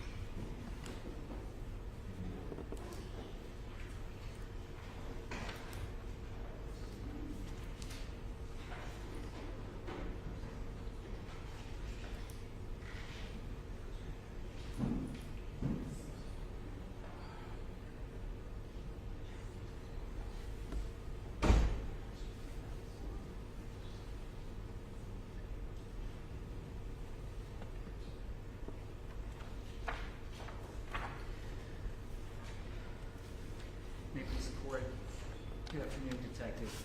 Good afternoon. Detective, we just start. We've met before, right? Yes. And the first time we met was at the City of Miami Homicide Bureau, correct? Yes. I showed up there, Yes. and we had a conversation, right? Yes. And after our conversations, and after I spent some time with you and with Courtney, I believe I gave you my phone number, correct? Yes. You have my contact information. Is that fair to say? Yes. And I also communicated with a Detective Jerez, who was part of your team that night, correct? Yes. At what time do you recall did Detective Jerez let you know that there's an attorney who's representing Ms. Clenney?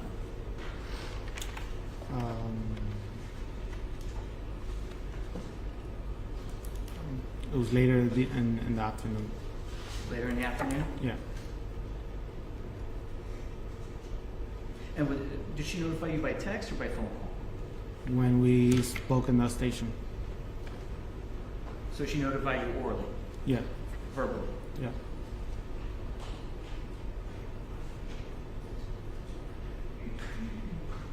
What time did you start the interview with Ms. Clenney?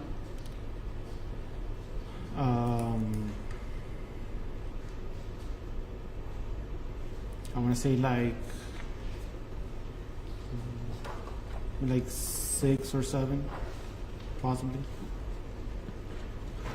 And I think the interview would have been video recorded, correct? Yes. And in that video recording, it has a timestamp, correct? Yes. So the best evidence for that would be the timestamp on the video, right? Correct.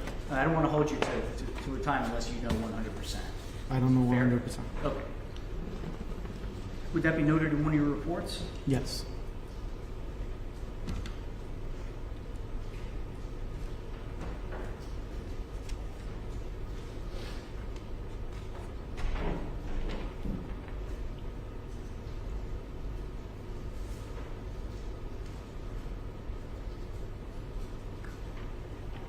Now, when you started your interview of Ms. Clenney, you already knew that Mr. Obumseli was deceased, correct? Yes. You did not tell her that, correct? I did not. About how many times would you say she asked about how he was doing throughout the course of that interview? Several times. Several, more than 3, more than 5, less than 10? About 3 or 4 times. And what did you tell her every time that she was asking about how he's doing? That he was just at the hospital and they're still working on him. And so that's not the truth. That was a lie, correct? Correct.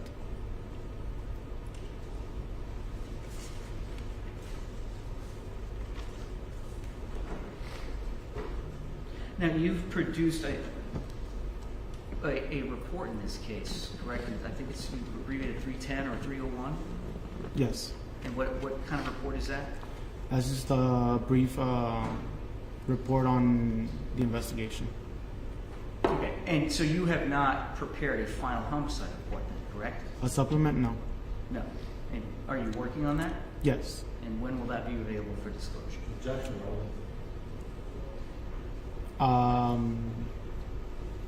When I, hopefully soon.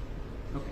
And the contents of that report are going to be consistent with what you're saying here today, correct? Yes. And there's not going to be anything added or anything different, correct? No.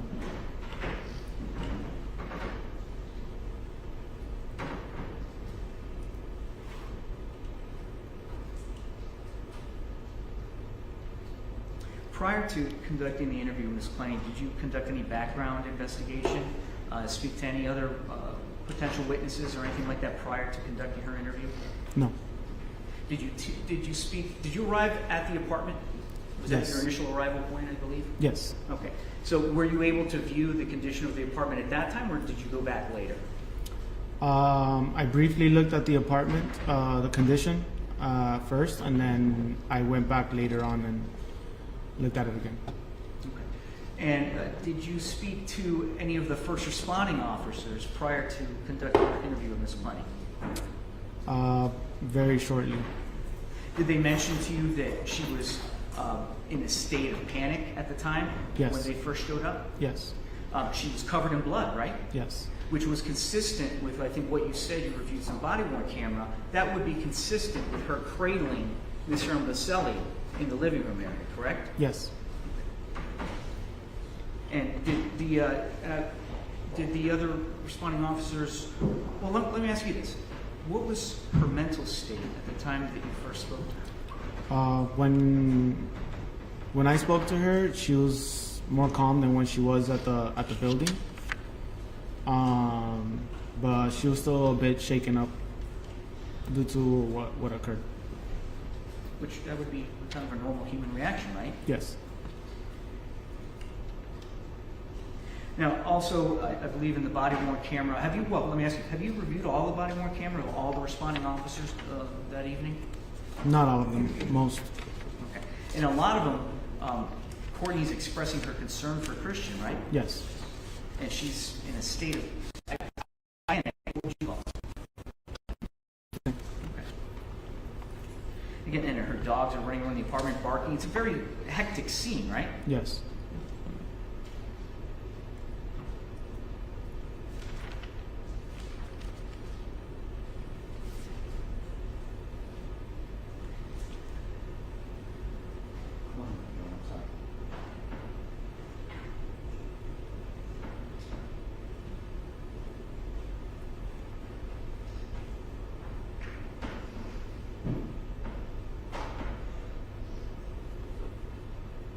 Now, you heard or you saw, I think when you were testifying in direct, a clip part of Ms. Clenney's statement, correct?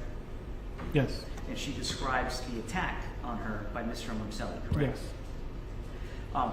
There's nobody else in that apartment at the time, correct? Correct. There's absolutely no eyewitnesses to what occurred in the apartment on April 3rd, 22, correct? Correct. So your investigation, it focuses around what happened after, basically, right? Yeah. Now, the part of the interview that we saw, that was actually the third time that you asked her to kind of recount her. And the first time, do you recall what she said the first time? It was about the same as the one played on the video. Okay. So, I mean, there was an argument, right? Yes. And your subsequent investigation showed the text messages and some calls for, and I'm talking about April 3rd, 2022. We'll get to the other stuff later. But on April 3rd, 2022, you had the video of them in the morning. Doesn't seem like there's anything wrong. Yeah. Right? You have some text messages and some calls that occur right before that. Yeah. Right before around 4:30 p.m., correct? Yeah. Okay? And then we know things go bad, right? Yeah. We know that because some neighbors called the police, right? Yes. They heard screaming and yelling. Yes. Right? We know that your investigation also revealed that Courtney was actually on the phone with her mom, right? Deborah Yes. Clenney. And she was actually on the phone with her at the time that Christian received the wound, correct? When he received the wound? Yeah. Possibly, yes. Okay. And so when Courtney's recounting what happened, she talks about a physical struggle with Obumseli, right? Yes. How big, meaning how tall is Mr. Obumseli? He's taller than her. Is he 6'2"? Yeah. Low 6. Low 6 6'1", foot? 6'2", something like that. How much does he weigh? I want to say about 200 pounds. Or Okay. Or And 180. how tall is Courtney Clenney? she's about 5'8". And how much did she weigh at the time?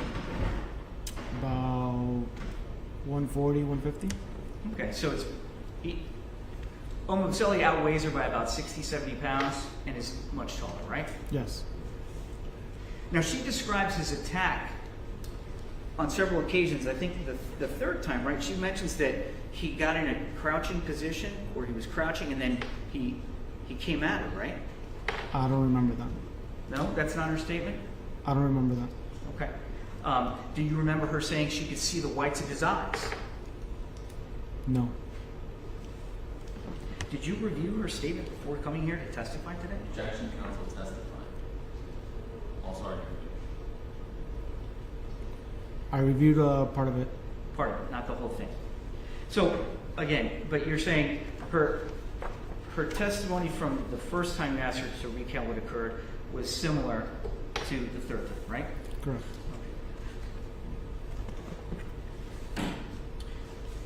In the arrest, did you author this arrest warrant? And I'm holding it up. It's been admitted into evidence, and Judge, procedurally, if I would move to submit, try to move into evidence all defense exhibits which were previously provided to the court. I believe I have no objection. defense exhibit A, I believe, was the arrest warrant. I don't have any evidence from the defense. Wait, I'm sorry, hold on. I misunderstood something. Can we approach that part?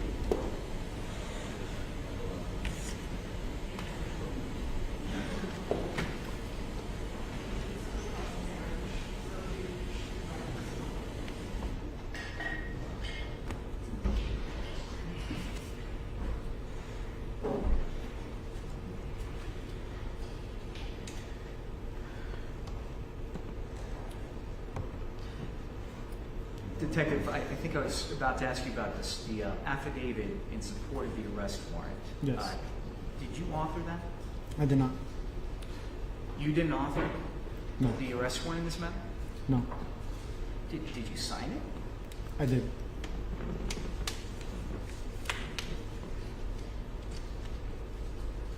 Well, you're the affidavit, right? You're the one swearing to this document? Yes. Did you read it? Yes. Did you go through it? Yes. Line by line? Line by line. Did you understand what was contained in this document? Yes.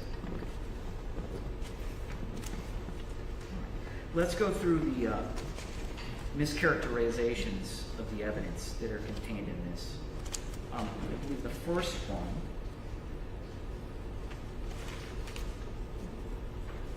in this affidavit,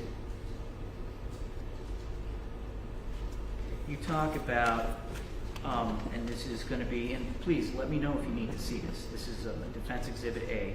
I think the government also introduced the arrest warrant. And this is on page 4 of 6. This is the second full paragraph. You stated, in her explanation to the police regarding the content of the phone calls that day, D. Clenney, which is Deborah, did not say she discussed the incident with the defendant. However, investigators know D. Clenney did communicate with the defendant about the incident because investigators saw a text message from mom on the defendant's phone reported at 5:25 p.m. that mentioned self-defense and advised her not to say anything to investigators without an attorney. In addition to omitting her conversations with defendant D. Clenney, in addition to omitting her conversations with defendant D. Clenney, recorded statement also admits any claim that the defendant said she was being attacked by the victim during the call. Do you stand by those words? Can you read the last sentence one more time? Yeah, I was going to object to this characterization because he said admits versus omits, which is what the warrant says. In addition to omitting her conversations with defendant, D. Clenney's recorded statement also omits any claim that the defendant said she was being attacked by the victim during the call. Correct. Okay. You stand by those words? Yes. Okay.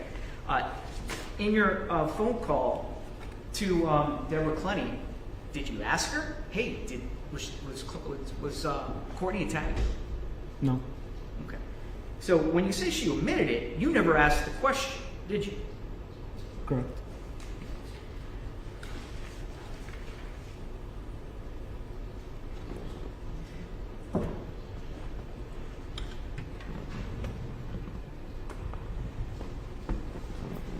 You also, in this paragraph that I read, you indicated that D. Clenney, meaning Courtney's mom, did not communicate, or the investigator, that Deborah Clenney did not say she discussed the incident with the defendant, meaning the attack, right? Correct. Okay. You didn't ask her about that, did you? Did you say, hey, did Courtney tell you about the attack? No. No, you didn't ask her that, right?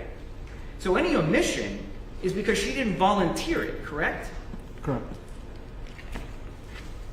Now, while you're, I guess this paragraph says, while you're interviewing her, I guess you saw a phone, a text message kind of pop up on Courtney's phone? Yes. And were you able to view that? That's an answer that we already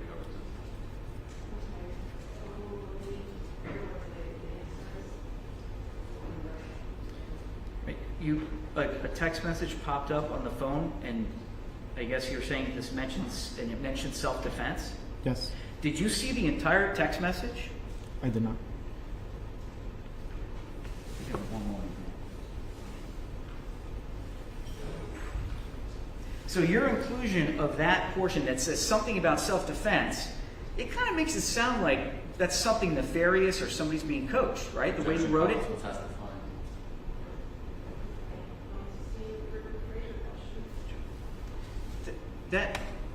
These are your words that you adopted, right? It kind of makes it sound like there's a cover-up, right? Yes. And you put these words in here without seeing the full and complete text message, correct? Yes. Now, on the screen here, I think it's Defense Exhibit C, right? This is the complete text message. At 4:04 p.m., which would be Texas time, so that would be 5:04 p.m., okay, Miami time. Please tell me what's happening. This is from Deborah to Courtney, my sunshine. Please tell me what's happening. You have to call me, exclamation point. Even though it was self-defense, don't say anything with the police without getting a lawyer first. Call me, please. It's very important. Even though it was self-defense, you cannot say anything without an attorney, exclamation point. Innocent people get in trouble all the time. Right? That's the complete message. And this is a mother, right, that's in another state. Right? Objection, counsel testifying, no question pending, both to everything that we just said and now. Sure. Miss, do you know where Miss Clenney was, meaning Deborah Clenney, on the date of April 3rd, 2022? Yes. And where was she? Texas. And where was Courtney? In Miami. Okay. So, what seems clear to me, and correct me if I'm wrong, but it appears that Miss Deborah Clenney was unable to contact her daughter at least between 5:04 p.m. Miami time, and then even going into the late night of 10:46 p.m. There's no responses, right, by Courtney? Correct. So this could be a very concerned mother, correct? Yes. Okay. And Deborah was on the phone with Courtney listening to the argument that night, right? Yes. And I believe she told you that when you interviewed Miss Clenney, Deborah Clenney, that she could hear Christian yelling.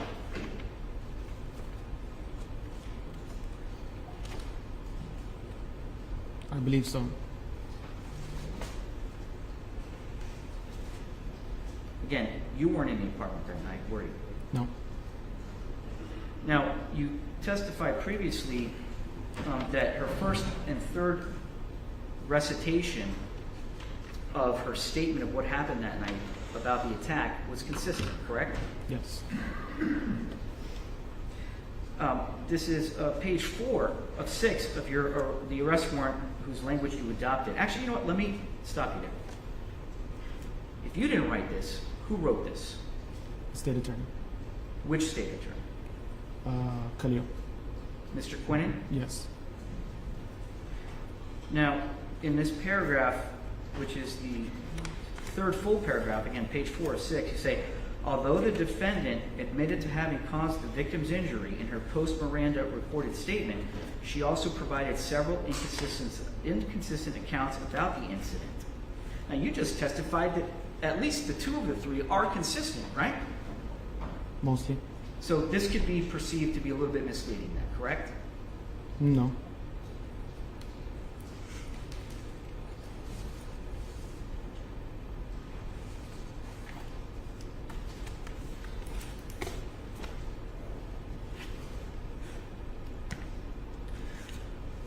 You had crime scene, or somebody had crime scene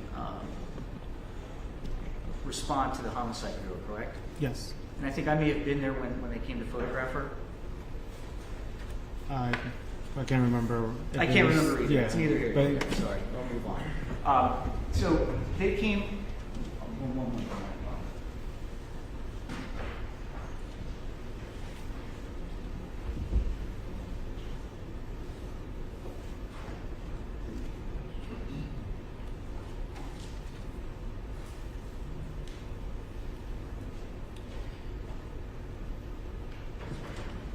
Sorry, I forgot where I was. So crime scene did come out to the homicide bureau and they photographed Miss Clenney's physical condition, correct? Yes. And that is done to document any injuries, right? Yes. You don't take the photographs yourself, do you? No. These crime scene technicians are specially trained, correct? Yes. And they have like rulers that they can take out to measure things when they're taking photographs, correct? Yes. Okay.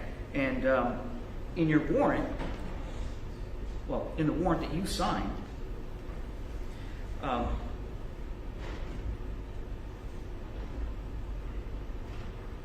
again, the last full paragraph, the defendant's physical body was documented on the date of the incident, and there were no injuries to her person to corroborate this account.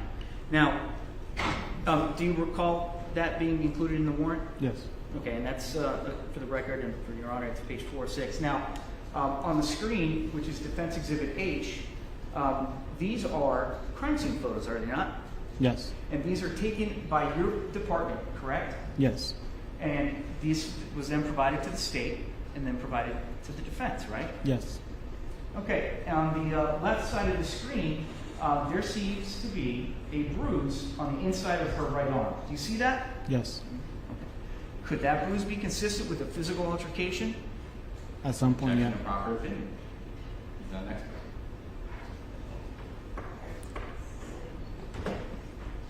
Do you see a bruise, a visible bruise on Courtney's inside? Sorry, that's the right arm. Do you see that? Yes. And on the right side of the screen, it looks like it could be an abrasion. I don't know. There's a mark there that we circled on the right shoulder. Do you see that mark? Yes. Could that mark be consistent with some kind of physical altercation? Yes. We also have crime scene photos. Again, the inside of the right arm. This is I think the closer up view of what we saw a second ago. And in this picture, there's a ruler, right? Okay, yes, sir. And if you need to get up from with your Honor's permission, if the witness needs to get down, thank you, Judge. And they measure that just so there's some type of kind of comparison, or if they need to describe the extent of an injury, right? Yes. And they take that out for something that they think is important to document, correct? Yes. So then we go on the lower, again, another crime scene photo, lower right leg that we've taken the liberty of circling. There seems to be some discoloration there, correct? Yes. And that could be bruising, maybe not. You're not an expert, right? Correct. So these pictures actually do show signs of physical injury, right? Yes. Judge, can we approach that bar?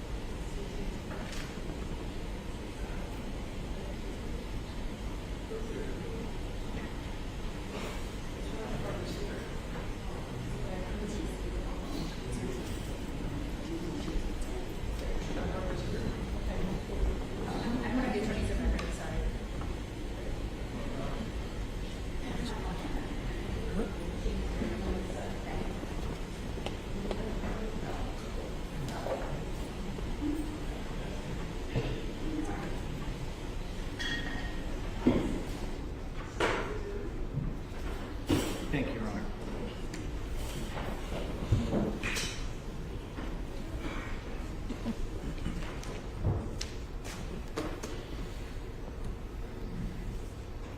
Now, Detective, on direct, you testified that the medical examiner said that basically throwing a knife from that distance in that manner couldn't have caused that wound. Is that basically a summary of what he told you? Yes. Okay. Are you a knife expert? No. Is the medical examiner a knife expert? I don't know.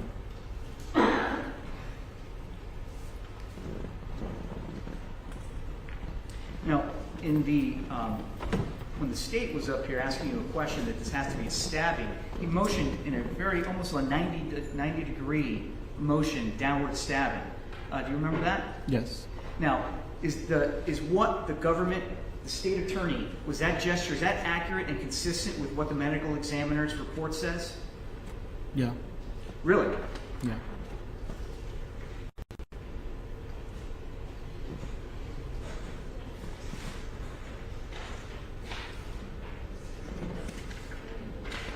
Detective, did you review the report from the medical examiner? Okay. So, objection.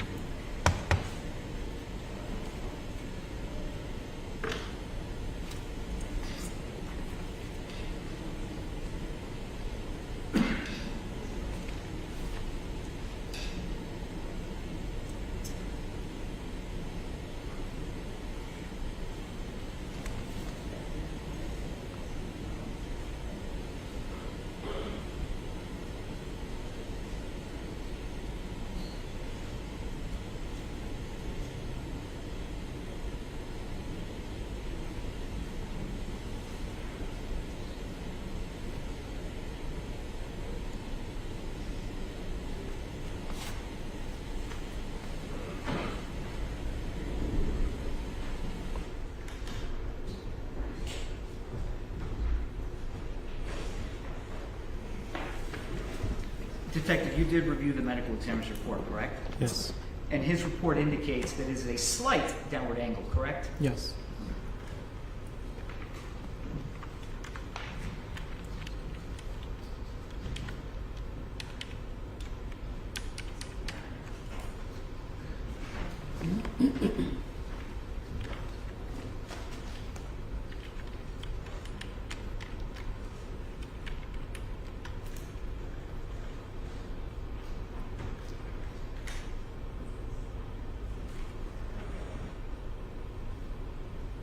Now, you testified on direct that you didn't see any bruising or marks around Courtney's neck, correct? Correct. In her statement to you, she did mention that he grabbed her by the neck or had her up against the wall by the neck. Yes.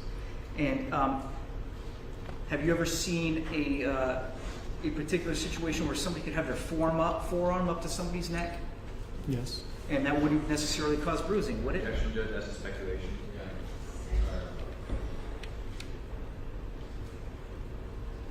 And Ms. Clenney indicated also that at some point he threw her down to the ground, correct? Yes. Before? And I think she said on her shoulder.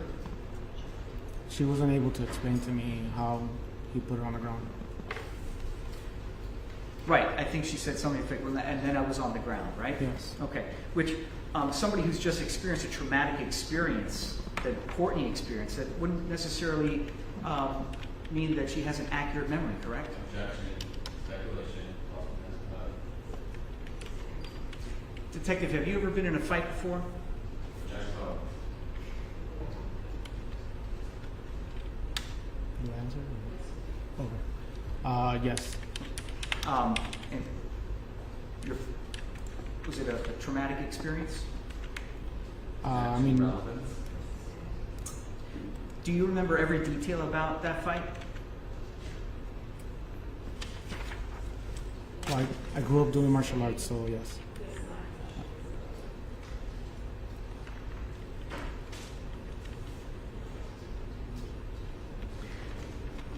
In Courtney's statement at one point, she said she was able to break free, correct?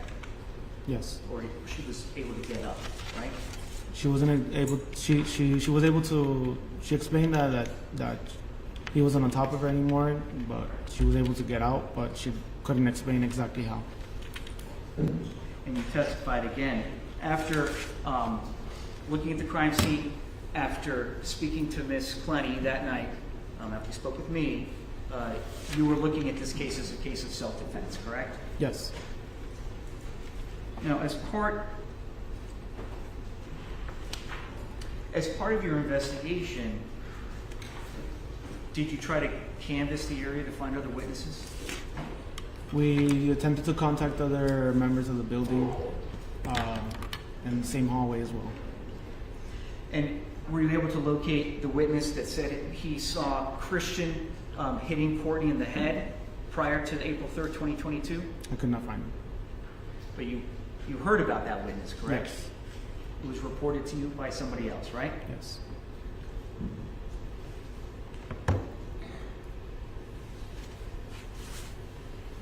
And I believe that account was told to you that that person wasn't sure if it was a closed fist or an open hand, correct? Yes.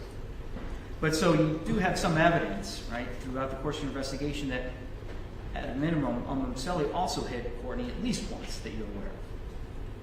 From what I was told, yeah.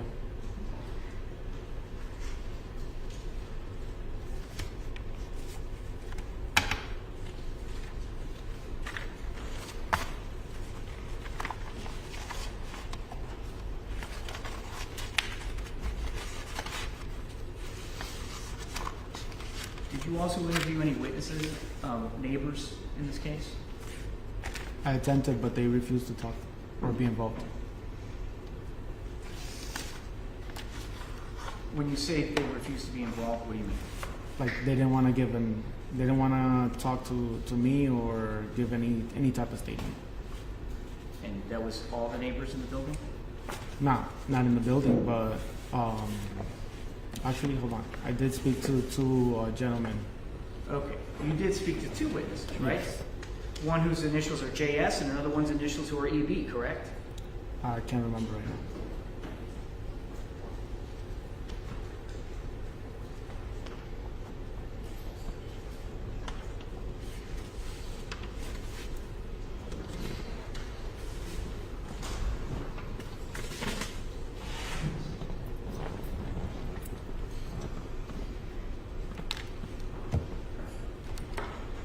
Detective, so I don't want to necessarily put their names on the record now, but one of the witnesses, JS, I guess.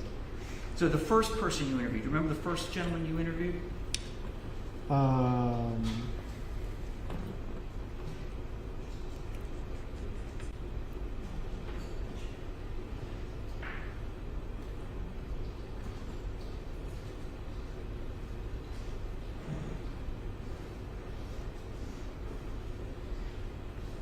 I don't want to play your whole interview. I have some excerpts that I'll play later for the court so we can move through this. But in substance, would you agree that that individual basically said he had seen incidents of, I think, Christian Obumseli chasing or running around Courtney's car trying to gain entry? Do you remember that? Yes. Okay. And that same individual also, in that same interview, said basically, look, I know a victim of domestic violence when I see one, and Courtney was a victim of domestic violence, right? Objection improper.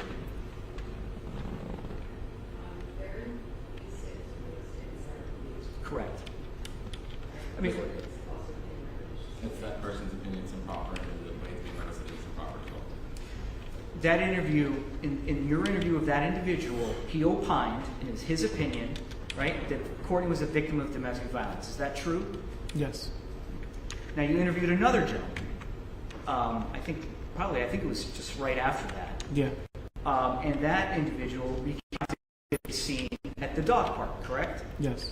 And in that recounting of that scene, right, he talked about Christian grabbing her aggressively in the tricep area, correct? And he also told you that he stayed around and stayed behind in case something, quote unquote, went down, correct? Yes. Because he was concerned. Yes. And I think he also mentioned that Christian had his hands up her face, correct? I don't remember.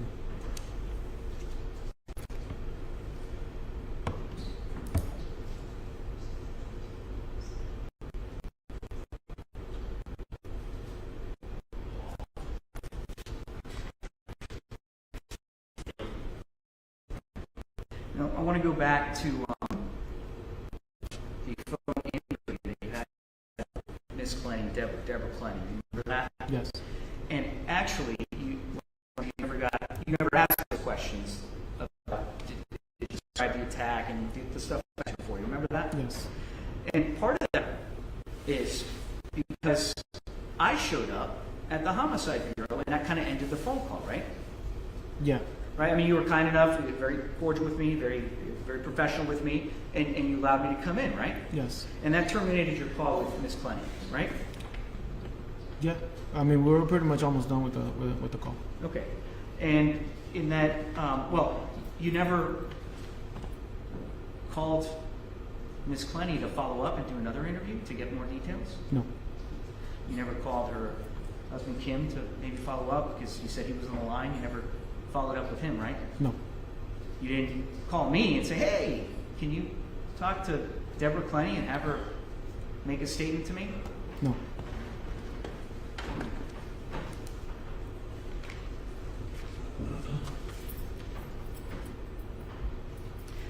But what she did tell you was she overheard Courtney saying, stay back, right? Stay back. Yes.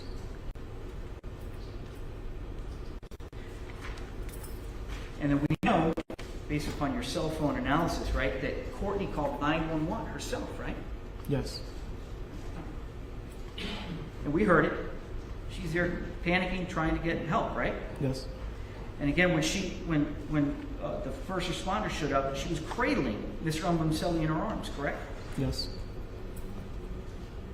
Now, you also served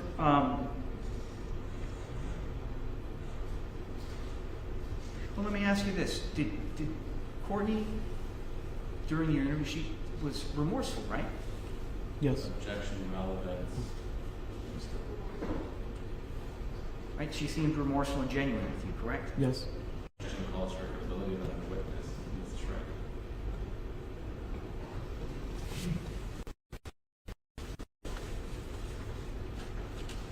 Now, you said you executed some warrants in this case, one of which was financial documents, right? Yes. And those financial documents were of Courtney? It was a subpoena, and yes, it was of Courtney. Okay, and you got a response, right? Yes. And, did you serve a subpoena on Obumseli's bank accounts? No, Why not? no reason. Do you know how he was supporting himself? I don't recall. Objection relevance.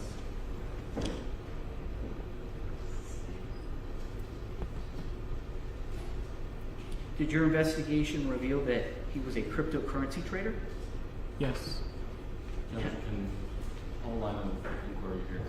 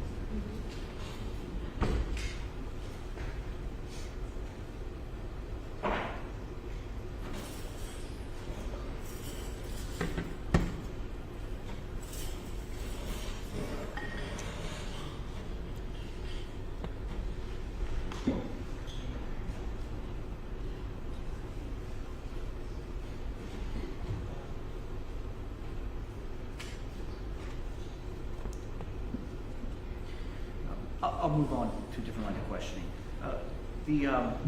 You did serve a subpoena though on the building, One Paraiso, correct? Yes. And as part of the documents you returned, you obtained a lease agreement, correct? Yes. And whose name is on that lease agreement for the apartment where this incident took place? The defendant. Courtney's name? Yes. Is Obumseli's name anywhere on that lease agreement? No. As part of you serving subpoenas on the bank accounts and financial records of Courtney, did you see the payments being made for rent? I can't remember. Do you have any evidence that Mr. Obumseli ever paid rent? Okay, judge relevance is. I can explain the relevance, Judge. Did you find any evidence that Mr. Obumseli ever paid rent? No. Now, part of your investigation also revealed that the week prior to April 3rd, 2022, Ms. Clenney had to fly in from Texas to help Courtney get him out of the apartment, correct? Yes. And at some point, he was thrown out of the apartment, correct? Yes. And then he came back, right? Yes. So, during the time that he was out of the apartment when Ms. Clenney was there, do you know where he stayed? No. Did you interview any of the employees of the building that said he was living in a common area inside the building? Objection, counsel. There's two questions within that one question. One of which is testifying. Did your investigation reveal at any point that Mr. Obumseli was staying in common areas within the One Paraiso building? Yes.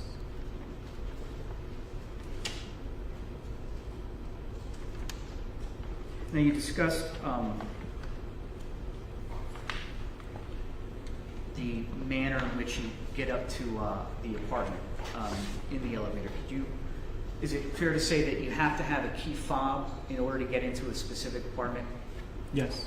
And that particular fob is programmed only for that particular floor or apartment, correct? Yes. And the elevator, when it opens up directly into the apartment, correct? Yes. So once somebody gains access to the elevator, activates the fob, the next stop is the apartment, Yes. right?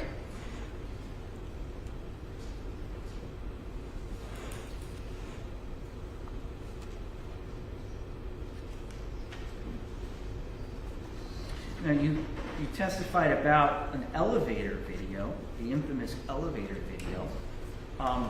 Same objection as judge. You previously testified about the elevator. I understand. You previously testified about the elevator incident where you say Miss Clenney was attacking Christian.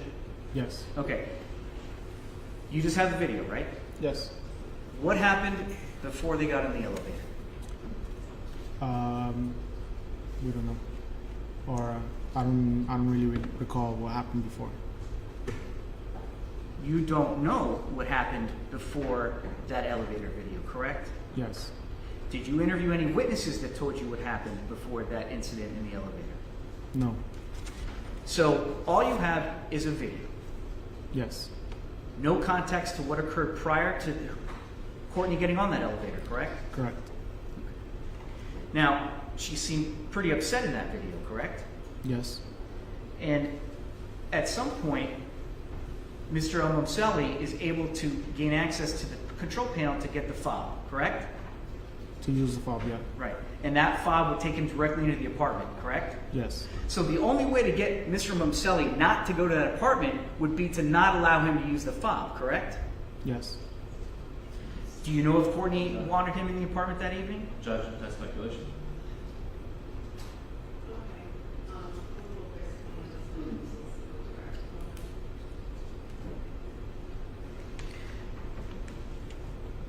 Again, that was about a month and a half prior to April 3rd, 2022? Yes. As part of your investigation, did you review body-worn camera footage of an incident that took place at the One Paraiso condominium on April 1st, 2022?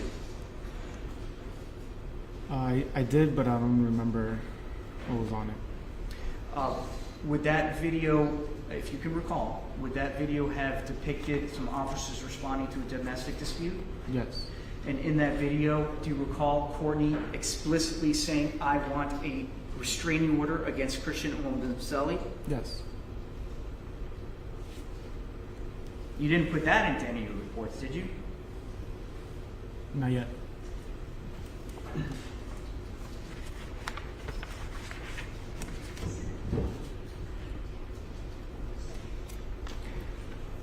Now, Detective, in April of 2022, you had been with the homicide unit for less than 1 year, correct? Yes. Prior to that, what was your assignment? I was in robbery. And Detective prior to, robbery. prior to being a robbery, sorry, I cut you off. I didn't hear your response. You were a robbery detective and you were going to say something else. No, that was just it. Prior to being assigned to the robbery unit, where were you? I was in the problem-solving team. I was in the problem-solving team in Overtown. What? I'm not familiar. What is the problem That's solving? just a unit that proactively works on ongoing issues within the community. Okay. And prior to that, I'm going to guess you were on patrol street? Yes. Okay. In a marked unit? Yes. Okay. During the course of your experience while being a police officer, did you run into victims of domestic violence? Yes. Objection, violence.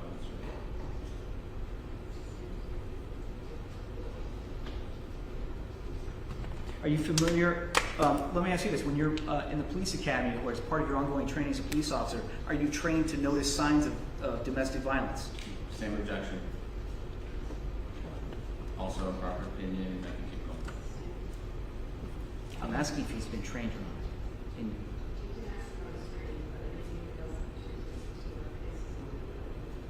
I understand.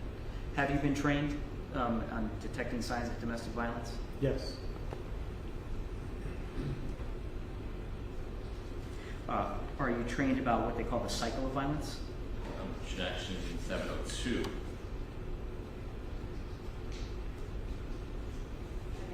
I don't think this point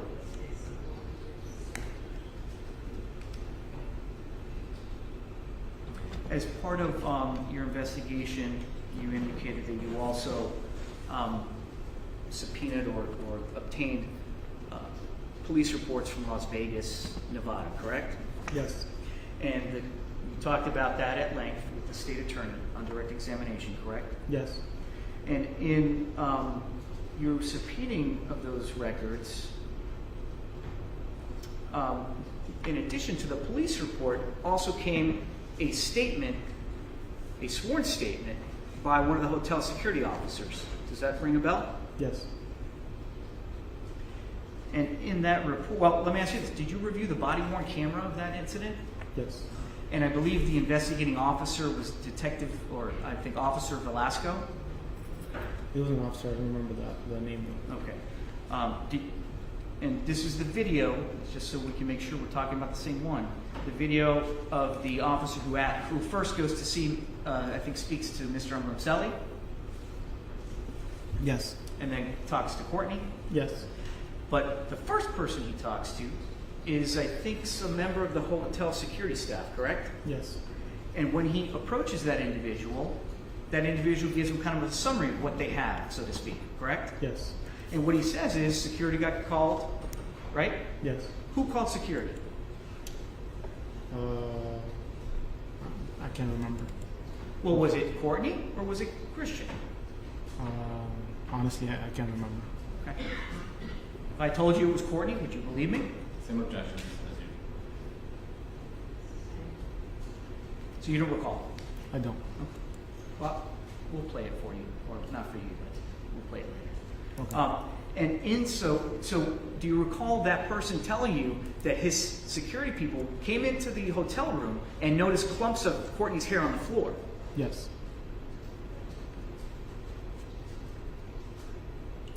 Now, as a trained investigator, clumps of hair on the floor, would that indicate some kind of physical struggle to you? Objection. Speculation. You can answer the question. Yes. Now, in that interview, Courtney admits she threw a glass at Christian, right? Yes. The glass didn't hit him, did it? I'm not sure. Also in that video, Courtney tells the officer right before she's being arrested that she didn't tell him the whole story, right? Yes. Because she didn't want Christian to get in trouble, right? Yes.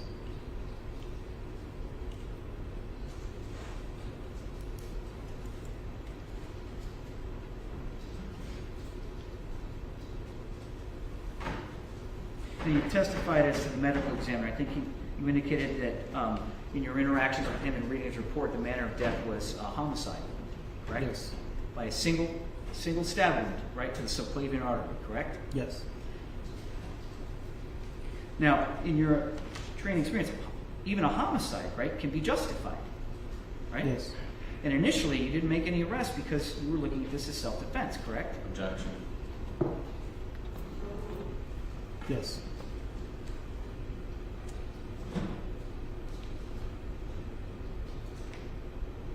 Now, you talked about blood spatter and Droplets? droplets and pooling of blood, right? But you're not a blood spatter expert, correct? No. You were just recanting what's on the scene that you saw, right? Yes. And that the blood, as far as you're concerned, was consistent with somebody sustaining an injury and then walking around the apartment or running around the apartment, right? You don't have to look at the state. You can look at me when you answer the questions. Okay. relax. Okay. Just make sure that you're, he's asking the questions, the state will object, if they have an objection, I will rule it. I will rule it, and you answer consistent, and you don't need to answer yes. Objection. Grounds. Several. 702, the state's direct. I mean,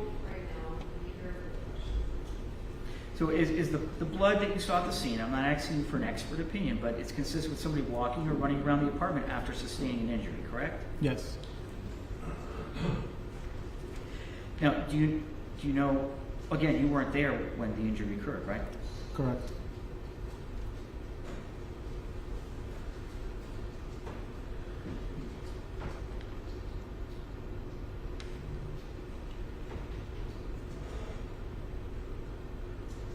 You also mentioned in the Las Vegas video body cam, I think that Courtney said, oh yeah, I threw a plate at him or something, some other stuff. Is that correct? Yes. Okay. Are you Hispanic? Yes. Okay. Do you have an abuela? jack shit. Do you have a grandmother? I'll move on. Do you know what a chancleta is, detective? Judge, objection. I'll move on, Judge. I'm sorry.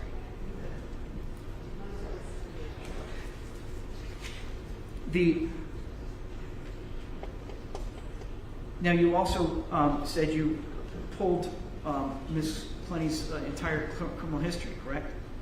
Yes. And you said it was a California case? That was Yes. a DWI or DUI? I think they call it DWI over there. Right. And that was a case that the charges were dropped, right? Right now I can't remember.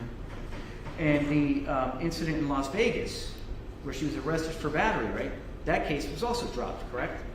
Yes.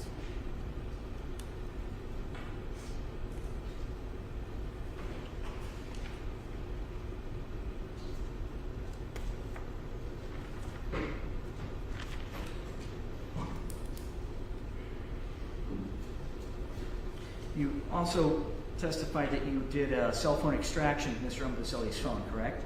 Yes. And you were capable to do that because Ms. Clenney gave you the passcode for that phone, right? Yes. She was cooperative with you during your investigation, correct? Yes. And in fact, I offered to be cooperative with you throughout the course of your investigation, correct? Yes. I'd call you every now and then just to follow up, right? Yes. Or I would text you, right? Yes. And I even said, hey, look, if something changes in your investigation, let me know, and we'll go to your office, surrender her, right? Yes.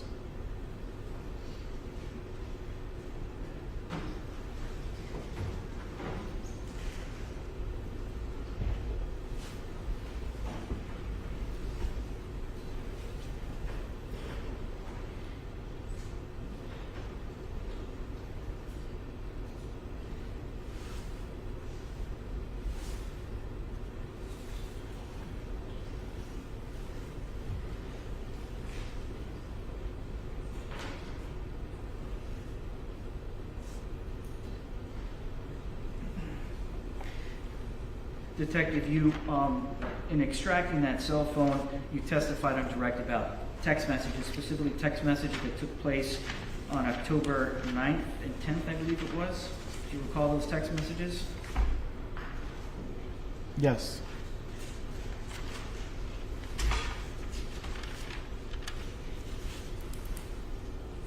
And I believe those, basically, in summary, you said that those text messages indicate that there was a physical altercation and Courtney hit him in the head with a phone, correct? Yes. There was a physical struggle, correct? Yes.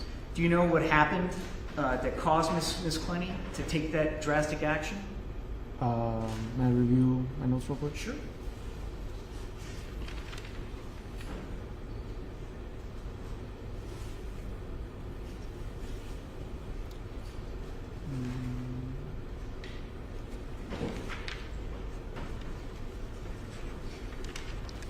No, I don't remember right now. Okay.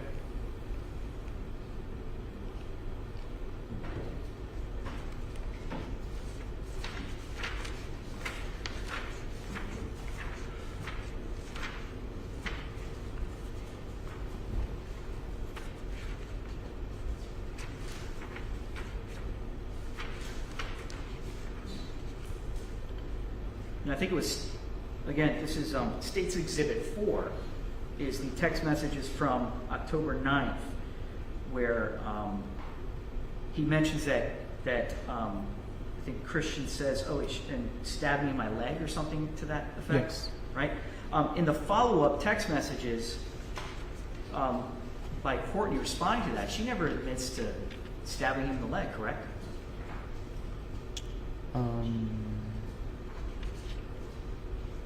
I would have to go back to the messages for that section. You don't remember? No, not right now. I mean, that would be something important, right? That you would have noted Yes. if she would make an admission of stabbing him previously, correct? Yes. Okay. Did you know that Christian would harm himself sometimes by cutting himself? No. You didn't know that? In your interview of Courtney, did she not disclose that to you? Objection. It's still not relevant, and the court has to report. Can you say it again? Did Miss Clenney, during the course of your interview with her, tell you that Christian would cut himself? I remember that she said that he tried to hurt himself at one point, but I don't remember to what extent. Okay. Now, the text messages on State's Exhibit 4, which I have up on the screen. Do you remember this text message, which came hours later after Christian describes being hit with a phone? Do you remember Courtney's response at looks like 4:34 a.m., whatever time that was? I think this is in Las Vegas. Do you remember, if you decide to get, this is Courtney, if you decide to get security, call, I will let them know exactly what happened. What's the question? Do you recall If I this? remember that? Yeah. So is it fair to say that these texts don't say exactly what happened? No. And it appears to me Courtney's not afraid of telling somebody exactly what happened, right? That's her text? Correct. Now, you also have text messages from January 30th, which you went through with the state that talk about where he actually goes to the hospital and receives stitches, right? Yes. And he's cut across, his chin and I think you said his cheek, correct? Yes. Now, I think that was an argument over some text messages, right? Yes. Again, we don't know what happened in phone calls, perhaps, prior to the text messages. No. We don't know what conversations they may have had, correct? No. All we have is these texts, right? Yes.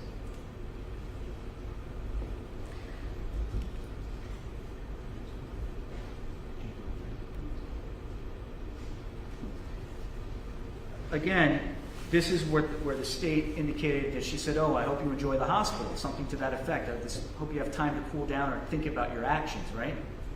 Oh, I don't know about cool down, but Well, hopefully, again, Courtney's text, hopefully this will give you time to think about your actions, right? yes. I'm sorry, cool down, those were my words. Yeah. All right? Enjoy the hospital. Right? You don't know what prompted her prior to these texts to send these, do you? I mean, enjoy the hospital. Nobody wants to enjoy the hospital. Right, but you don't know what occurred, right? No. Okay. Now, again, in the follow-up message, right, Courtney tells Christian, tell them your side, then I'll tell, sorry, I'm getting older. Tell them your side, then I'll tell them what happened. Right? She texts that. Yes. Is somebody who's afraid of the truth coming out, would they send a text like that? Objection, speculation. I'll move on. And his answer is that I'm not saying anything. Yes. Right? I mean, people could not want to say anything for a bunch of reasons. Objection, Right? counsel testify.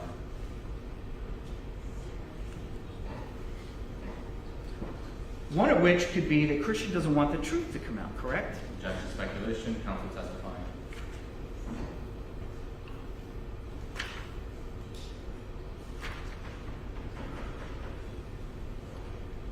Then I think her next test is an LMAO, right? And then followed by you should, meaning she's asking him to tell whoever what happened, right? Objection, speculation, best evidence. Counsel testifying. Can you repeat it? I'm saying after the LMAO, her text says you should, meaning you should tell somebody what happened, right? Yes. I mean, that's the logical reading of this, right? I'm not making this up. Objection, counsel testifying. I just want to ask the court to direct counsel to stick to the ground.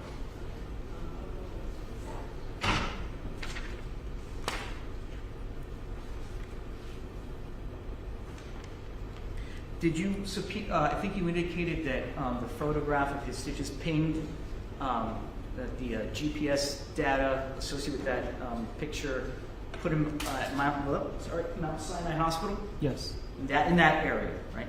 One of the injuries points at Mount Sinai Hospital. Okay. Did you pull the medical record? Did you serve a subpoena for the medical records from Mount Sinai Hospital? I did not. Do you know if the state executed a subpoena for those medical records? I don't know. Do we know for a fact if that's where he was treated at Mount Sinai? I mean, it pings right on top of Mount Sinai, so, and he was in the bed, and the picture shows that he's in a medical bed. Right. I mean, I'm just trying to figure it out. There's no other hospital there. It could be an urgent care maybe in that area.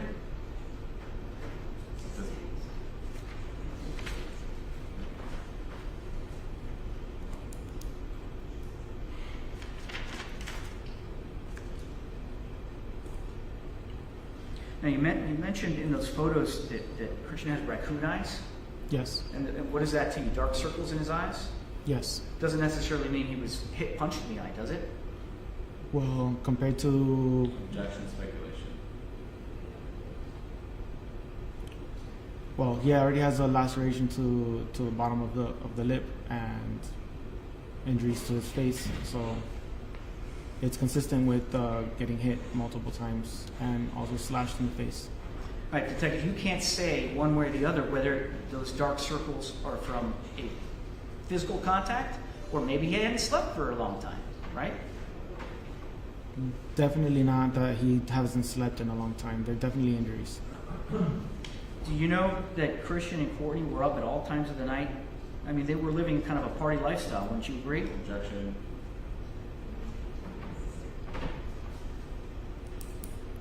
There was drugs involved, correct? Yes. There's some text messages talk about Christian using cocaine with Courtney. Yes.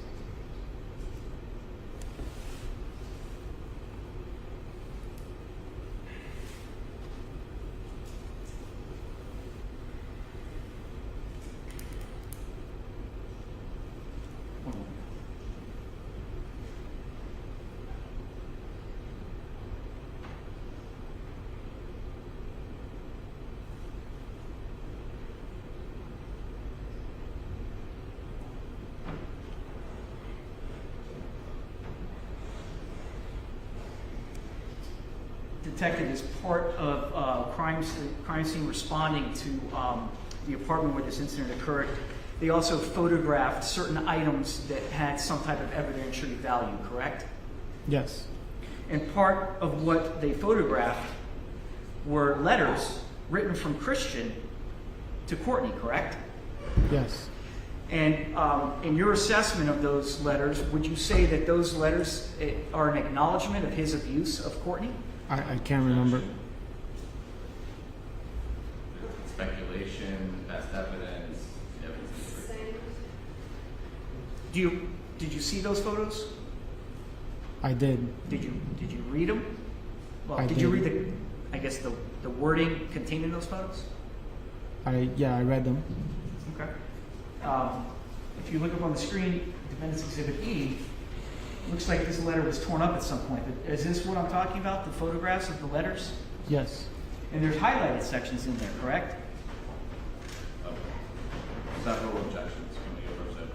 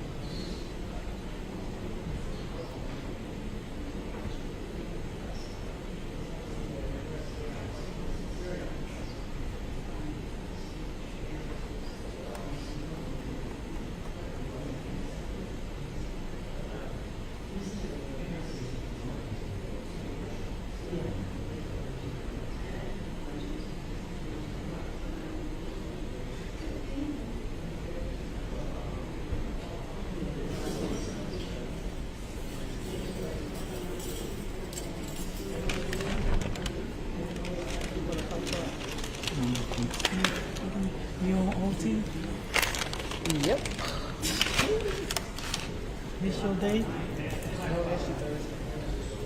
So, since you stayed.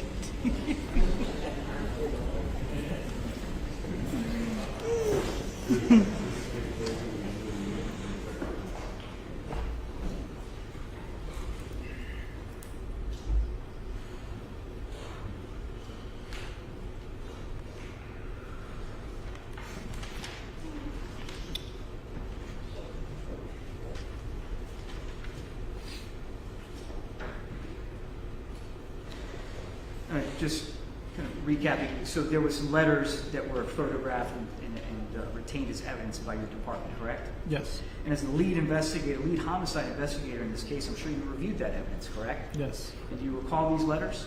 Yes. Okay. And so Defense Exhibit E is what the government provided to us, that you seized, your department seized.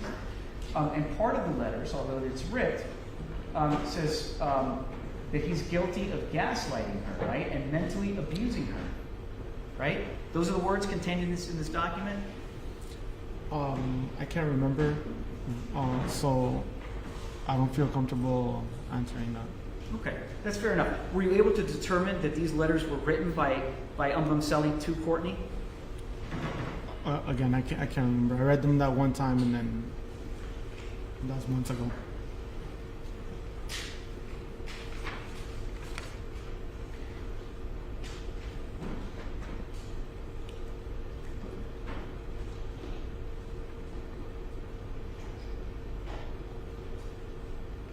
I'll move on. The court has these. The witness indicated he has no memory, so I'll move on, Judge. I apologize.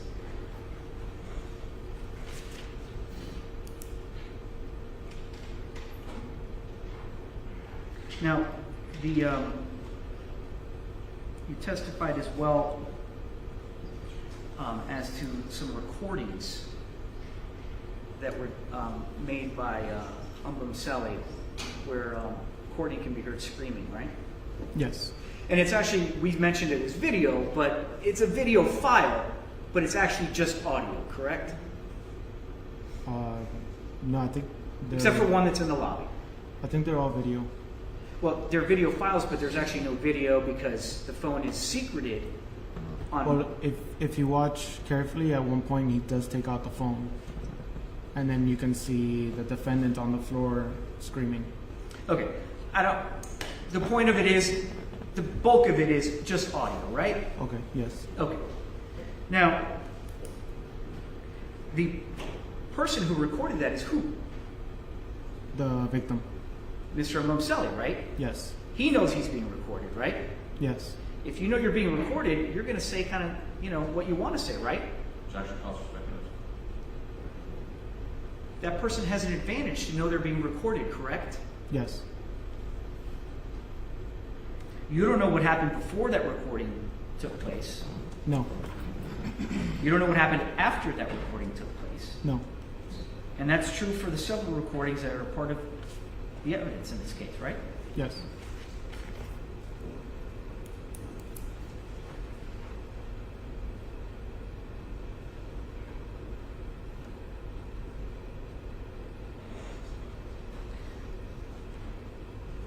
As part of the documentation that you pulled from the One Paraiso management company, you said you were provided incident reports, correct?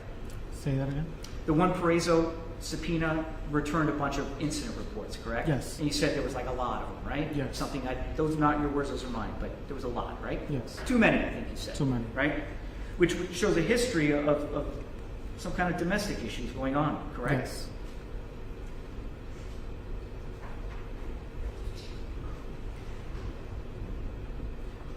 And one of those, again, was the body-worn camera from April 1st, 2022, correct? Yes. And where Courtney asked for a restraining order, correct? Yes. And in that same video, right, one of the officers asks her if he's been violent with her in the past, correct?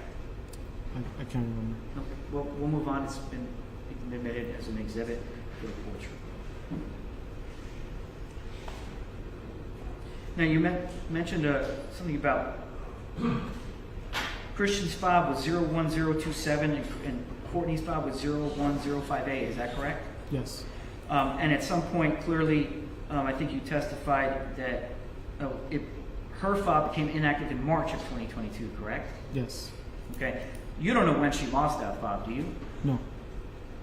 Now, the day of the elevator video, you don't know if she had her fob on her, correct? Correct. She might have left it upstairs, correct? Yes.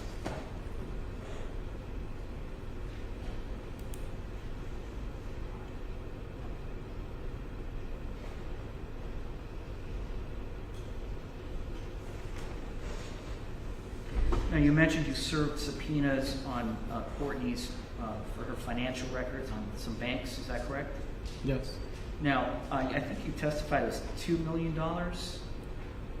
Yeah, just Is it? over 2 million. It's over 2 million. It's not over 1.3 million. No, I remember the total between both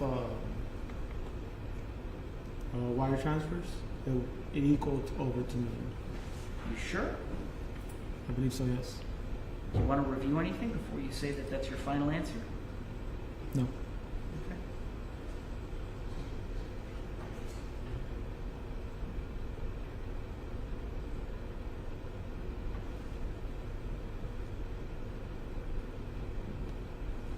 Now, the state talks about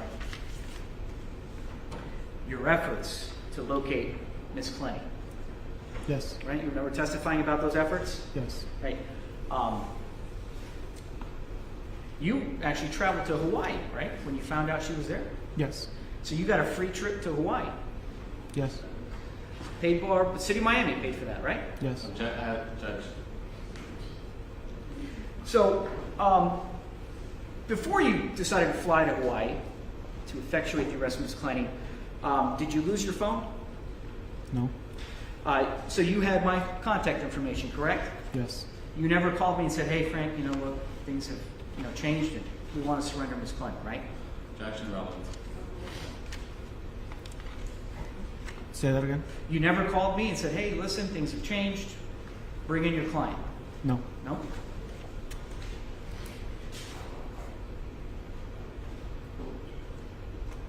Instead, you enlisted the U.S. Marshals to go get Courtney out of Hilo, Hawaii. And do you know where she was in Hilo, Hawaii? She was in a rehab facility. In a medical rehabilitation facility, right? Objection testifying. She didn't flee to Hawaii, correct? Objection. Actually, you know what? I will withdraw. Yes. I mean, what was the question? Sorry. Did you think she fled to Hawaii? No. She was there to get help, right? Yes. Did you speak with her Yes. when you were in Hawaii? Yes. Did you tell her that you thought your investigation was closed? You're under oath, detective. If I thought that she was under Did you tell her that this case had been closed by you? that I was closed? Yes, sir. No.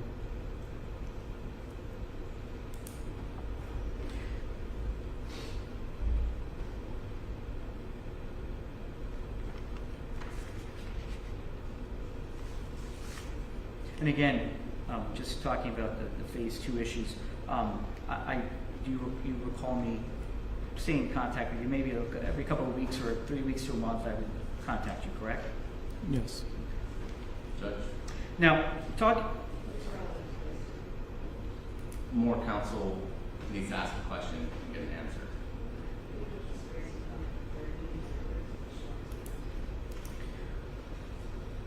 Now, in reviewing the financial records, right, you're just reviewing the documents, correct? Yes. Do you know why she transferred those monies into her father's account? No.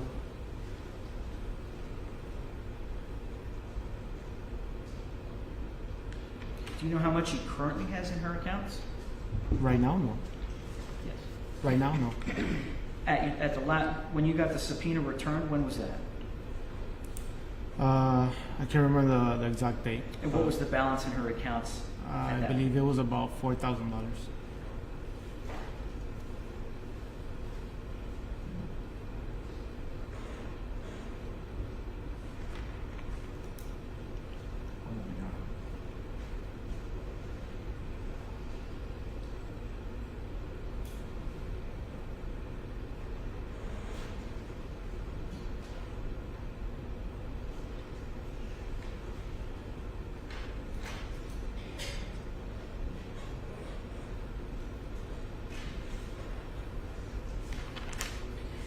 I have no further questions. Thank you, Detective. Yes, Judge. One very brief matter for the sidebar.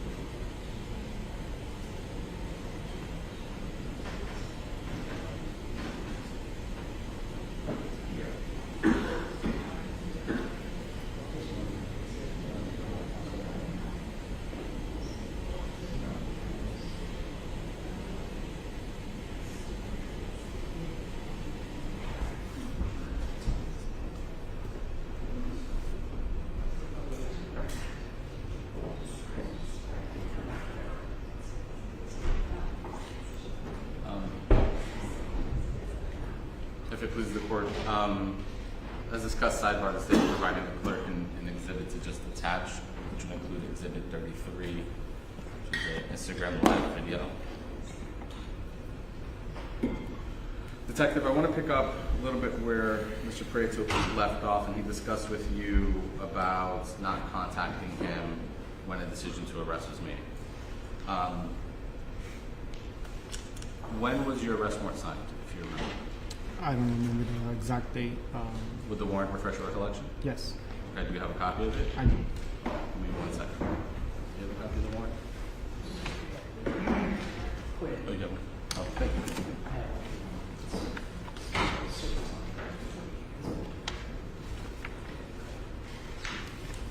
Detective, I'm giving you the last page of the warrant. When was that warrant signed? August 4th, Okay. 2022. You remember when the defendant was arrested? Yeah, yeah, it was like a week later. Okay. This warrant was obtained under seal. Do you recall that? Yes. Okay. Do you recall why it was obtained under seal? So no hints would be given to the defendant, and then they would flee again, or flee anywhere else. Okay, so you said flee again, or anywhere else. Yes. So I want to parse that out because Mr. Prieto asked you the question. Mr. Prieto, on cross-examination, asked you the question, did you believe the defendant fled to Hawaii? Your initial answer was yes. He then asked you again in a different way. You said no, and then he asked you about rehab. So I want to redirect you as to that conversation. Okay. In the context of the defendant being in a rehab facility, you don't have any reason to doubt that she was there for some kind of help. Correct. Okay. Do you agree that it's simultaneously true that she could have fled there? Possibly, yes. Okay. Was that a concern and why you did not contact Mr. Prieto? Yes. You've been in homicide and robbery Yes. units. You would agree that those units are highly investigative? Yes. In the context of those investigative units, does the city of Miami do everything by themselves, or do they rely on the prosecutor's office? We rely on prosecutors as well. And that's true for review of search warrants, subpoenas, and particularly arrest warrants. Yes. Okay. So let's walk through that. In the nature of a homicide investigation, how many have you participated where there have been an arrest? Currently, I'm talking about participated, so if you No. assisted as robbery or anything else. in robbery too. Yeah, all homicide Oh. investigations that you've ever assisted on, how many have been in On arrest? homicide alone, about 6. That have 6 or 7 that have been about 8 with that have made an arrest, and then in robbery, probably over 100. And how many of those has the defendant asked to surrender themselves? It's redirect. It's redirect. None. No. Is a homicide a dangerous crime? Yes. Okay. In dangerous crimes, how do police approach the apprehension of a subject in that case? As safe as possible, Why is that? because a lot of the times they know that they're going to spend the rest of their life in jail, so they'll take any action to not go to jail. Mr. Prieto discussed with you regarding quote unquote cooperating with the investigation. Do you recall that? Yes. Okay. In this case, you mentioned that you obtained cell phones and did search warrants on those. Yes. For Ms. Clenney, how many phones did you obtain? 2. Okay. How many warrants did you execute? 2. At any point in time, was the defense counsel contacted about the password to search those devices? No. They were not. At no point in time, defense has offered to or was contacted. No. In September of this year, the defense was not contacted for the pay.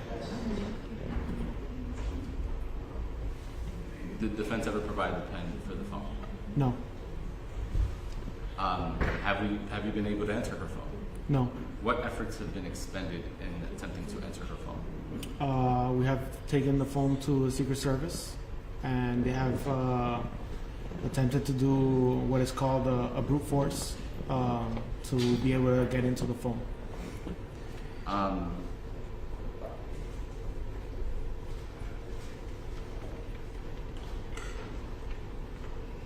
With regards to the cases that the defendant has, one of which was the Las Vegas case, Mr. Prieto asked you about the posture of that case, and more specifically, whether it's been dropped or prosecuted or outstanding. Do you remember that? Yes. Okay.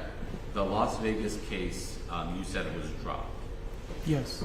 The victim in that case and sole witness was the victim in this case? Yes. And that's now a deceased person? Yes.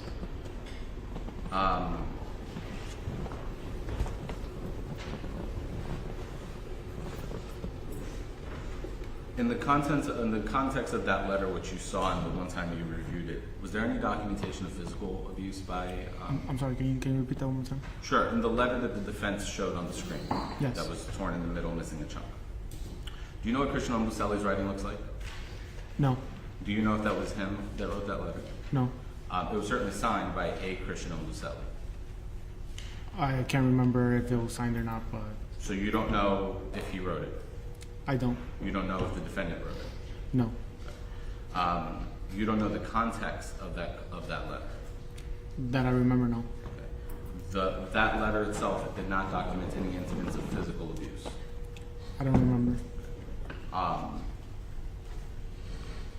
Let's talk about some of the messages that Mr. Prieto discussed with you. He mentioned the October 9th, 10th, and 11th sequence of messages. And specifically, he showed the screen message where it says, "Tell them exactly what happened." Do you remember that? Yes. Was that a threat? Objection calls for speculation. In what context was that message given? Objection calls for speculation.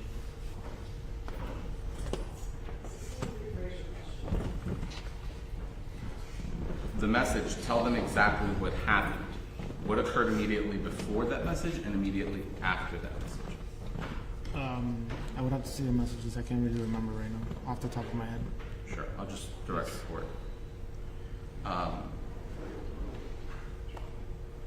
The January 30th messages Mr. Prieto put on screen, the first message was said something to the effect about this will give you time to think about your actions, and then a second message shortly after it said enjoy the hospital. Yes.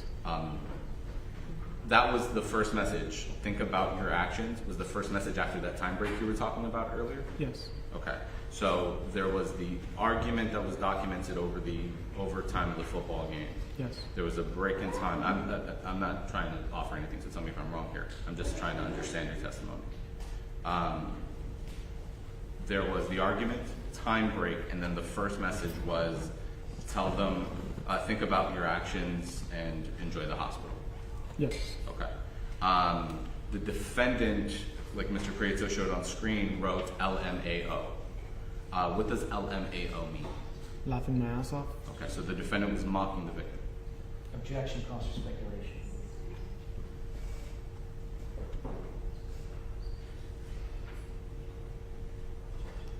Did you read all of those messages, like beginning to end and all of them? I did.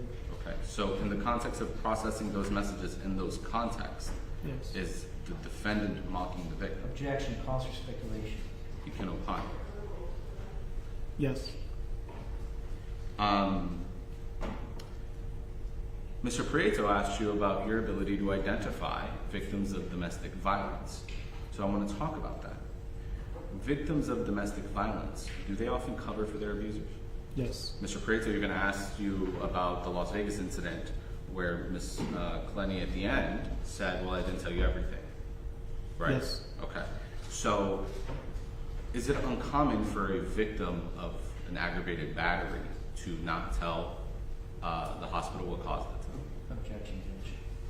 Redirecting.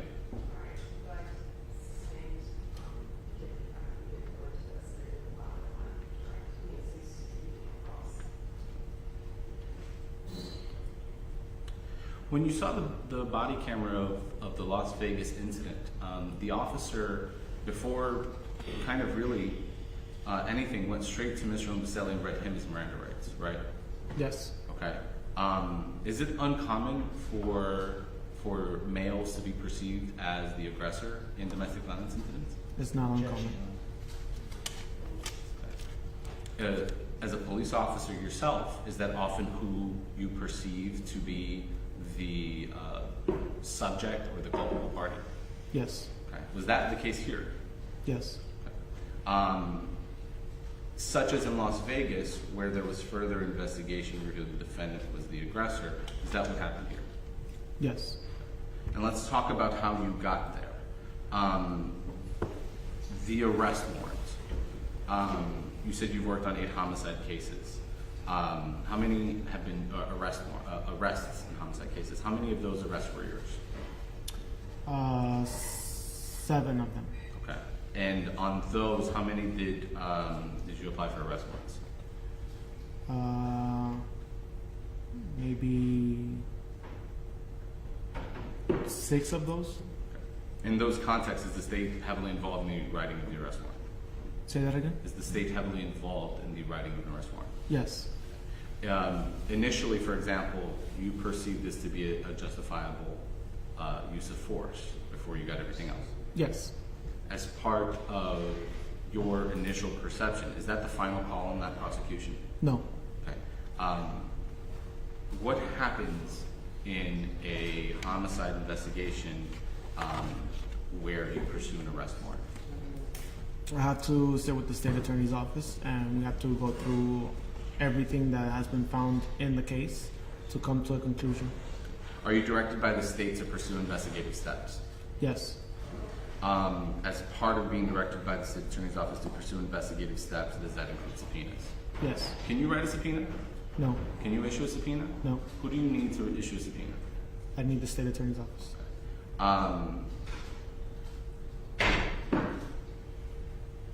Let's talk about Ms. Clenney's the defendant's statement to you. Mr. Prieto asked you, and essentially she outlined 3 iterations of the incident. Do you recall that? Yes. Okay.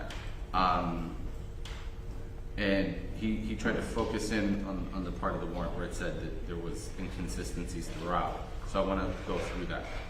The defendant gives, iteration 1, 2, and 3. Yes. In iteration, for example, 2, did she give more or less details than in iteration 1?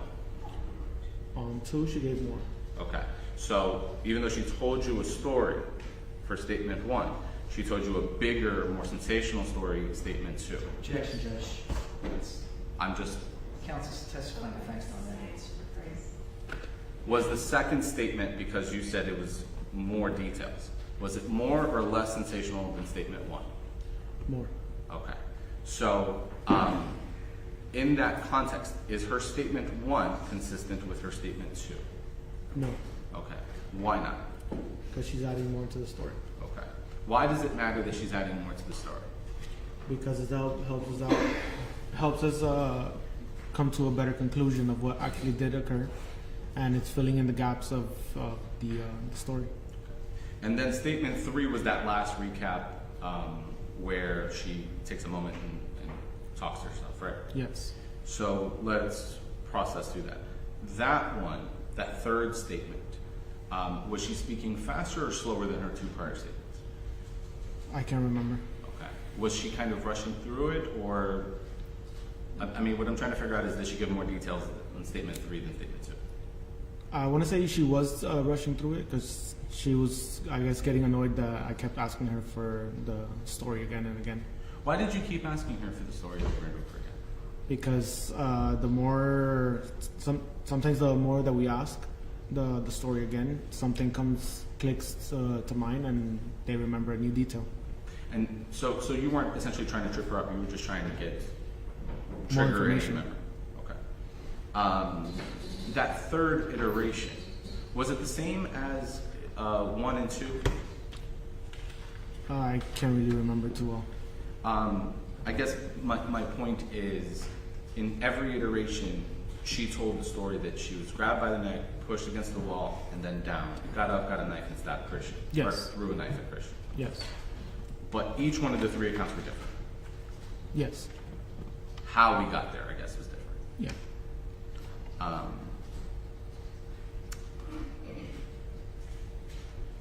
The manner in which the defendant described in her statement being grabbed at the neck, forced against the wall, thrust to the ground, as Mr. Prieto was testifying, did you see any injuries on her that would corroborate any of it? No. We talked about the Instagram video ourselves, and Mr. Prieto showed a abrasion on her right shoulder, almost by the bra strap, and press like a circle on her wrists and her arms. Yes. In reviewing the Instagram video, did you see those bruises? Yes. So they predated the stabbing? Yes.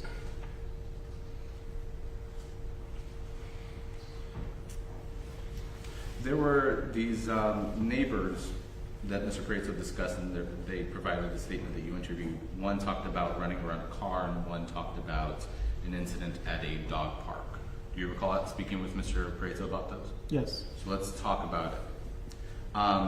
The person that's talked about running around the car, did that person tell you they saw what led to and what happened after that incident? No. Did that person understand the context at all, or tell you what the context at all was of that? He assumed that he was trying to pull it out of the car. Okay. But he didn't tell you beginning, middle, end? No. Dog park incident. That individual, did he tell you beginning, middle, end in the context of the incident? No. So I asked you those questions in the lead up to the surveillance video from February 21st.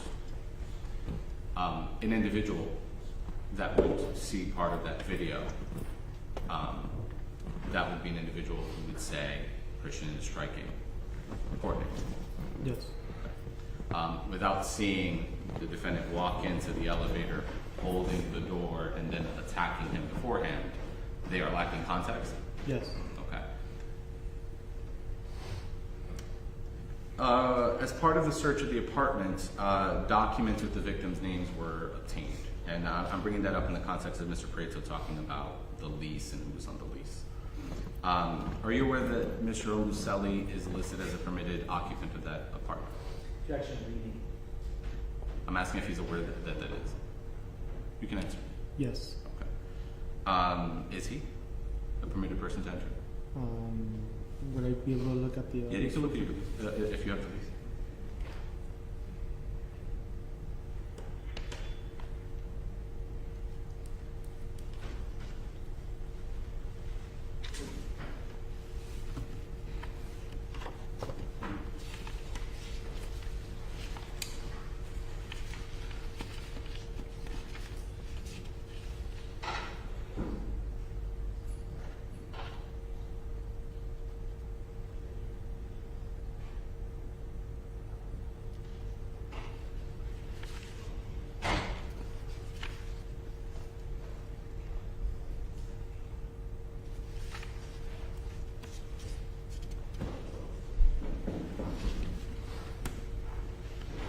You guys remember refresh?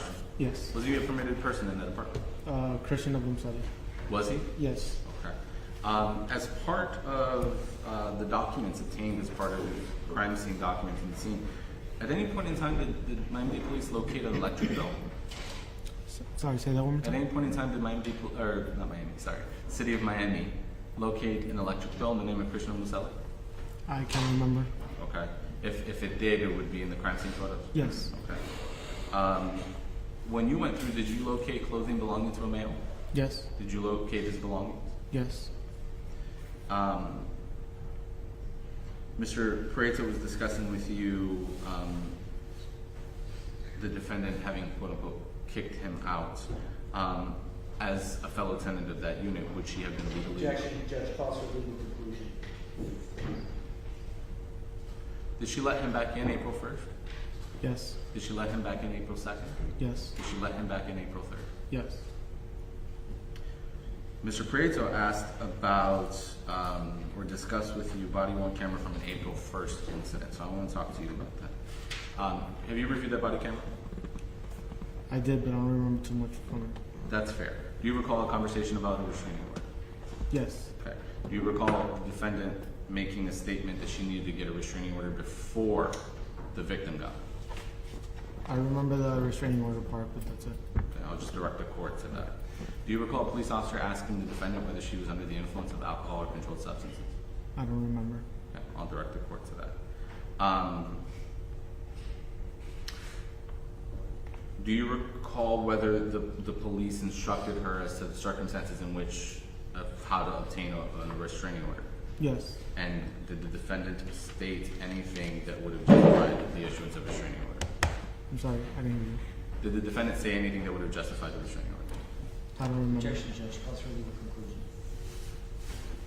Mr. Prieto discussed with you regarding clumps of hair in the Las Vegas incident. So I want to walk through that with you. Do you know whether that was human hair or extensions? I don't. Do you know whether the defendant took them off herself or whether they were ripped off? I don't. Did, in the video, did the defendant's hair appear to be disheveled? Yes. Okay. Did it appear to be yanked, like missing patches? No. Okay. So you don't know how the quote-unquote hair, clumps of hair got anywhere? I don't.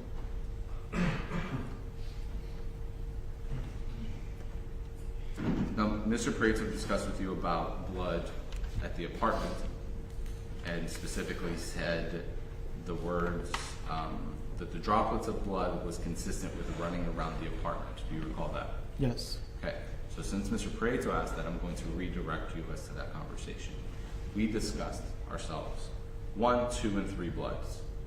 2 were clumps. 1 was where the 2 guest bedrooms interlock. Yes. And the defendant was found cradling the victim. The second was a little bit further into that. Yes. Right, okay. So then the droplets of blood, where was that? It led from the second pool of blood to the master bedroom and bathroom. Okay. Through the kitchen. Yes. Okay. So because that pool of blood that we discussed was number 2, where the defendant was found, or the defendant and the victim were found, that was the conclusion of the droplet. Leading. Was that the conclusion of the droplet trail? I'm sorry, can you start over? Since we know that the victim and defendant were found at that second pool that we discussed. Yes. Is your testimony that the droplets, because it was running around the apartment, that was the conclusion of the droplets of blood throughout the apartment? Yes. Okay. And more specifically, the droplets of blood begin in the kitchen, go to the master bedroom, back through to that second pool? Yes.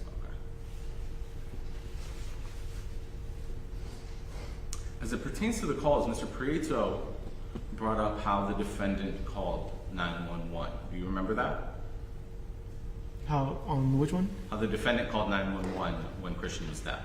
Yes. Okay. So, and we know that Mrs. Clenney, the defendant's mother, was on the phone with the defendant at the time of the stabbing, specifically the first call. Yes. Mr. Prieto made a very long conversation about how you didn't ask about the second call. Objection, Judge. But we'll get to that. So, as it pertains to the stabbing that's having occurred during the first call, that first call was for 6 minutes at 2:43. Is that Yes. right? Okay. So, Mr. Obumseli was stabbed somewhere between 2:43 and 2:49. Yes. The defendant's first call after the stabbing, do you recall who it was to? To her mother. Okay. Her mother. How long was that call? I believe it was about 7 minutes. Okay. And then after those 7 minutes passed, did she call 911 or did she call someone else before?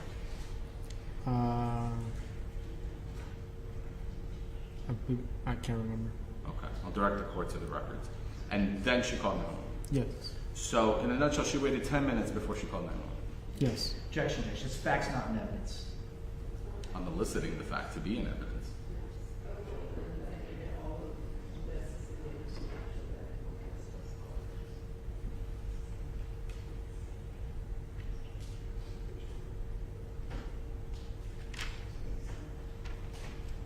So let's discuss your conversation with Mrs. Clenney, and the court has the audio recording of it. But I want to kind of reverse do it. When we talked earlier, I asked you whether you knew anyone else was listening on the call, and you told me no. Correct. Did you find out whether someone else was listening on that call? Yes. Okay, who was that person? Her father. Okay. When the father interjected earlier, you said that the father interjected to say that Mr. Prieto was at the police station. Yes. Okay. That was essentially the first time where you became aware of the lawyer and everything else. Yes. Judge, this is, I'll object, this is outside the scope of my cross. It's literally redirect.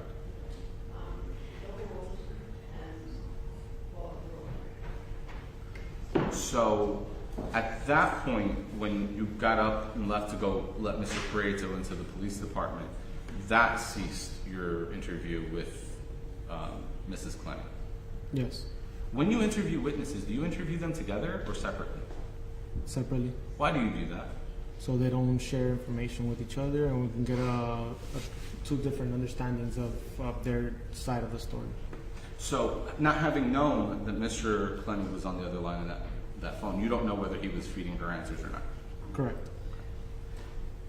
Separate from that, now knowing that Mr. Clenney was listening in on the conversation, did you have any reason to further elicit any testimony from Mrs. Clenney? No. Now, let's talk about the two calls. Did you ask explicitly about the first call? Yes. Okay. Did Ms. Clenney answer your questions? Yes. Okay. At any point did she go on a tangent? Objection on relevance. Sure.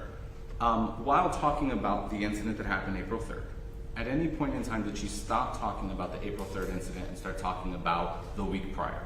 Yes. Okay.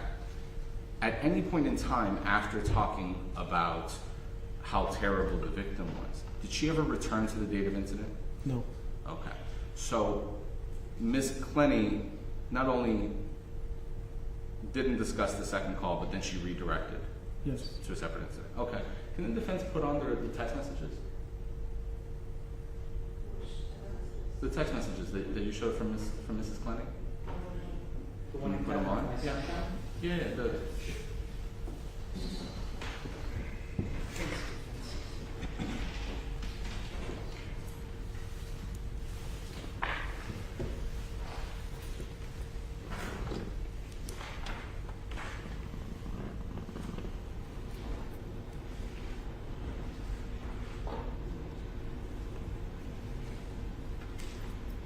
While they do that.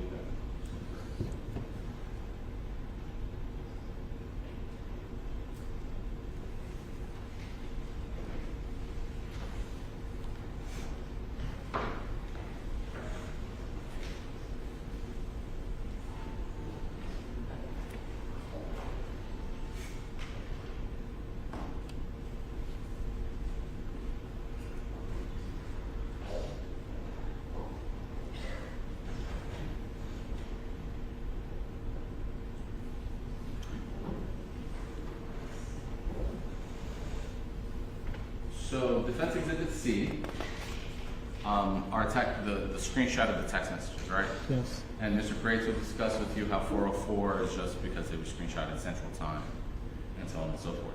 So, what time was police called? I don't remember that time right now. Would you agree it was before 5? Yeah. Okay. So, all of these text messages were sent after stabbing?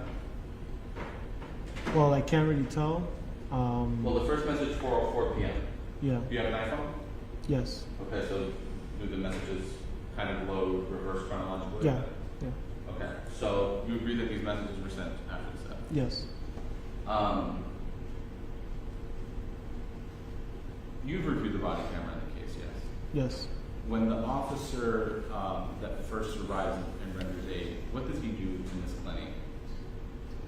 He separates her from the victim. Is she put in custody? She's detained. Yeah. Did she handcuff the victim? Yes. Okay, so did she have access to her device? No. Okay. So when Mrs. Clenney sends this message, please tell me what is happening, asking the defendant what is happening, the defendant would be unable to reply. Correct. Okay. So Mrs. Clenney, not knowing what happened and demanding that the defendant call her, then said, even though it was self-defense, don't say anything with the police without getting a lawyer first. That's what's in Defense Exhibit G. Yes. But that wasn't the message that you saw, right? No. The message you saw was the last one? Yes. The last message says, before it cuts off here at the bottom, it is very important, ... Even though it was self-defense, you cannot say anything without an attorney, exclamation point. Innocent people get in trouble all the time, right? Yes. Is that offering the defendant self-defense? Objection, Judge, speculation.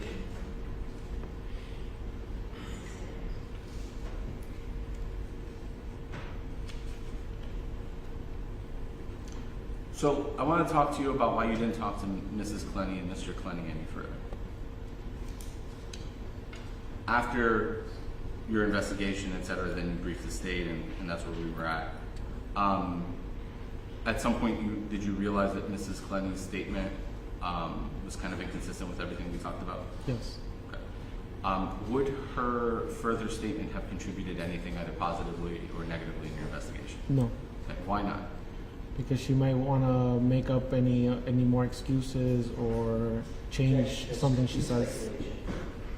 I'm asking because defense counsel crossed on the issue, and I'm asking him why he didn't do something in the investigation. So if counsel's going to make the lack of evidence argument, I can make that.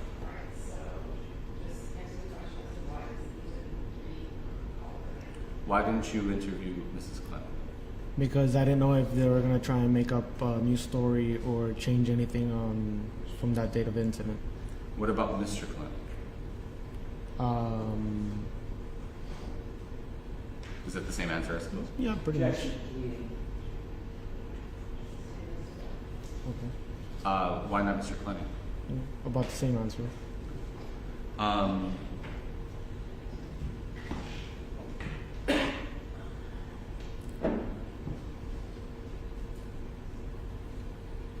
Neither, on cross, Mr. Prieto asked you about where Mrs. Clenney and Mr. Clenney were in relation to the defendant.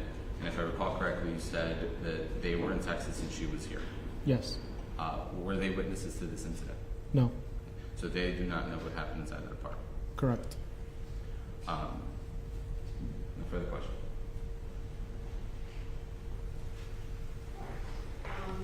May this witness excused? Yes. I'm not gonna recross judges. I actually have one question that I would like one of you to either go back to, and there can be a lot of calls as well. Can you go back again to the timing of the 911 protocol as it relates to,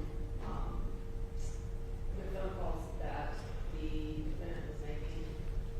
I'm still a little bit confused about that. You said facts on evidence. I have a call log, so let me just make sure that I'm putting it all together correctly, so. Sure. 1 second.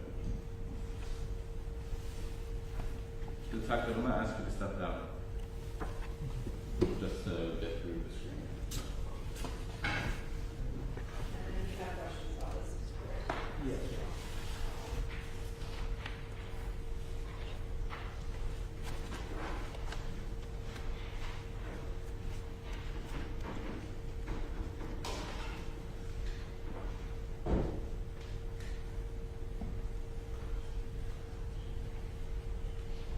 Does the court want me to go straight to the exhibit, or does my PowerPoint slide? I'll go straight to the exhibit. Yeah, please, please. Can I borrow a pencil? Which one? The one in the box.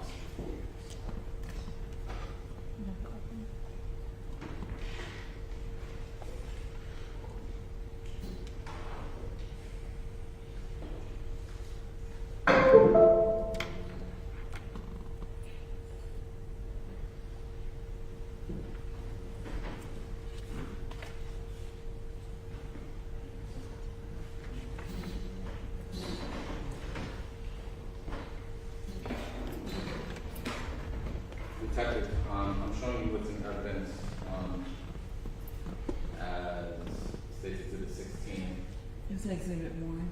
Well, sorry, exhibit 1 on the flash drive, exhibit 16, thank you, within the flash drive. Do you know what all of these columns mean? Okay, will you tell the court what these columns mean? This is the one that was called. This is the phone call that came from. This is the date and time of when it was made. Okay. And this is not Mr. Snyder's time? Correct. What time is that? It's UTC. In April, how many hours ahead of time is that? 4. Okay. Behind. You mean ahead, so that it's 3 over 5? Minus. Yes, correct. Okay. So this first column, 4/3/2022, 146, that actually, if I'm understanding correctly, is April 2nd, 2022, 9:46. So I want to direct you to the one that sticks up here is 911. Do you see that? Yes. Okay, so that's the first 911 is 1, 2, 3, 4, 5, 6, 7, 8, 9, 10, 11, 12, 13, 14, 15, 16 is the 17th and 18th slide on calling 0. Do you see that? Yes. Okay. What time is the 911 for? 2057, which would put it back to 4:57. With 1657. Yeah, 1657. So immediately before that, the defendant dialed this number 786-472-8232. Yes. And that was an 18-second call. Yes. Do you know who that was with? I do. Okay. Do you know if that was home or recently? It could be. Right before that, there is 2 separate calls. We see here one is 437 and one is 393. And then the defendant's number called 512-417-3408. Who was that? Who was that number called? That is the new one. Okay.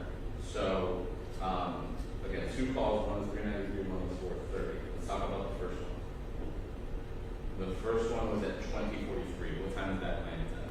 That is 6:40. Okay, which is what? It's 4:40. Okay. So then there was 6 minutes, and then the next call was again to the defendant's mother for 4:30. Yes. Okay. As an aside, did you have multiple calls on that once? Yeah. So is that would that explain why there's kind of extra calls overlapping? Yes.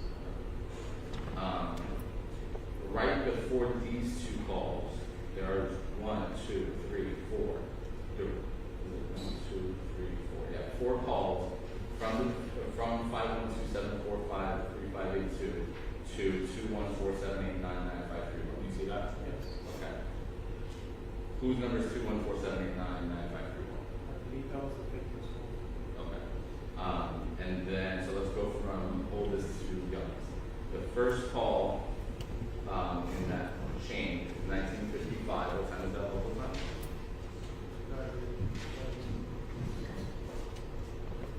13? No, sorry. Okay. So 1555 is what time local? Okay. So 1555 is 355 local time. Is that the same time when Mr. Obumseli getting the elevator? Yes. So the defendant is calling the victim, and he's not answering.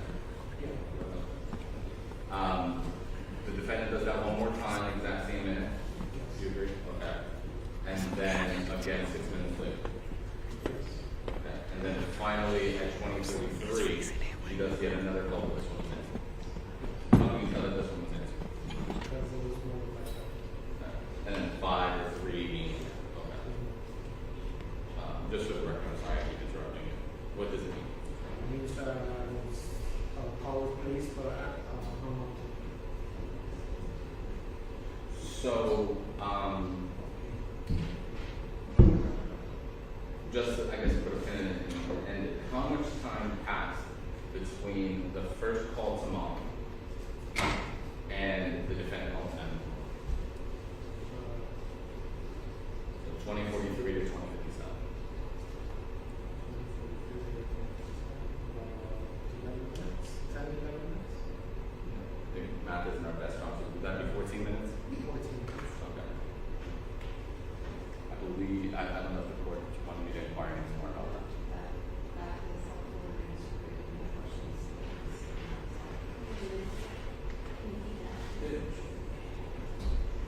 Where did that fall?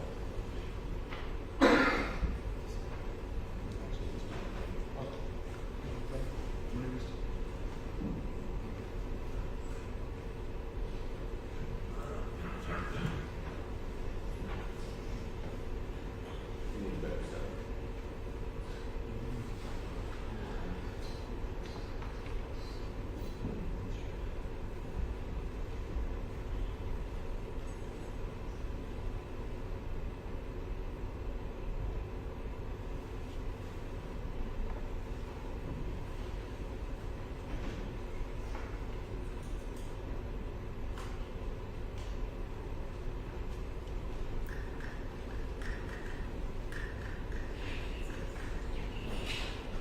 Okay.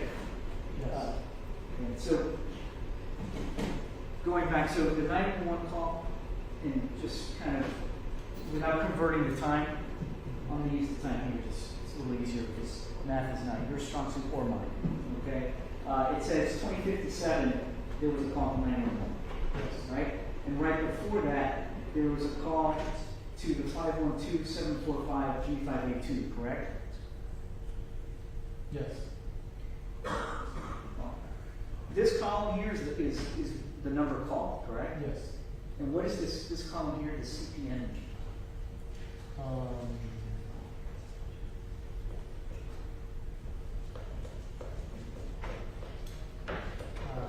can't remember right now. Well, let me just phrase it this way. There's 2 calls prior to the call to 911 to 512-745-3582. Is that correct? Yeah. So those are calls to Ms. Clenney's mother, right? Yes. You have no idea when Mr. Obumseli received that statement, correct? No. prior to the call to 911. Correct. You don't know if it was during the first phone call or the second phone call, do you? Correct. So that's complete speculation then, you would say that there was a time lapse of 14 minutes before she called 911, correct? I don't think so. Well, let me ask you this. The stabbing could have occurred exactly at 20:57, according to these phone records, correct? Right before the 911 call, that's when the stabbing could have occurred, correct? It could have. You don't know either way, right? No further questions. I do have very brief redirect. Mr. Prate's a very skilled attorney, and he asked you a bunch of questions where you said. Objection, Judge. No, I'm redirecting him on the very specific point. So my question to you is, you don't know obviously because you weren't there for the stabbing. Correct. The reason that you know that stabbing occurred on the first call is because Mrs. Clenney said that she was on the first call. Objection, Judge. Thanks. It's legal. Did Mrs. Clenney discussing the two calls only discuss the first call? Yes. And in the context of the first call, she said that the stabbing had occurred at that time, specifically. Yeah, that didn't happen. So we know definitively that, according to Mrs. Clenney, the stabbing occurred between 2043 and 2049. Yes. So, worst case scenario is 14 minutes from 2043 to 2057. Best case scenario is 8 minutes. Yes. So defendant again, before calling 911, call her mother, contact the building, and then call 911. Yes. That's all. Thank you both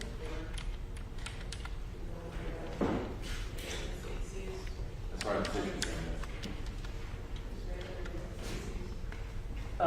Yes.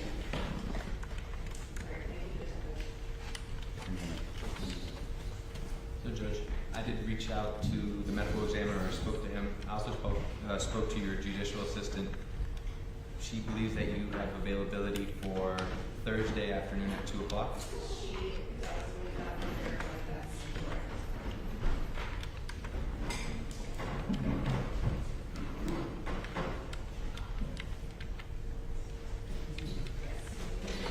And Dr. Hutchins is also available for that time. That's good for the defense judge. Oh, 1:30? 2 o'clock. She said 2.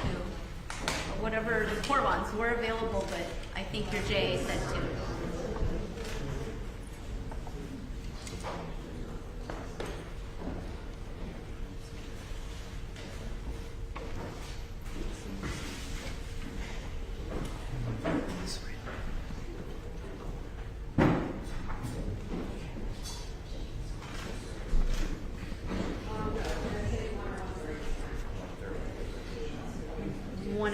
So we have plenty of time to finish. Is that okay? Judge, I don't have an issue. Yeah, I think it's not on my calendar. Thursday? But what sounding is it? Is it a season? It should be. We had C last week. Yeah, I don't think it's that bad. No, so we should be. I was like, if it's a season. And before 12:30. Yeah. the one that's by itself. So the medical examiner can't be here until 2. And so, but I do know, I have no issue with taking, if the defense has witnesses on a turn, we can do those. Oh, Judge, based on the information elicited about financial information, I would advise the court that we would be calling Kim Clenney just for phase 2. But we're happy to call him out of turn in order to try to accommodate the schedule, if that's okay. That's fine. Okay. Thank you. So that's 17. 17 and 1 o'clock.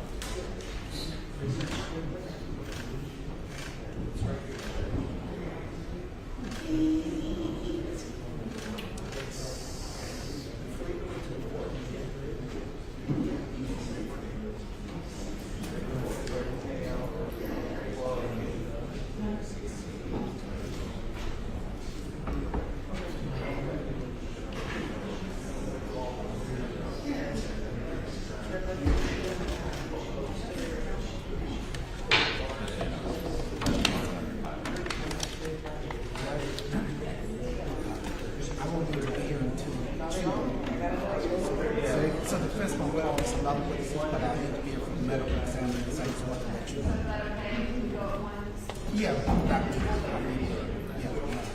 thank you.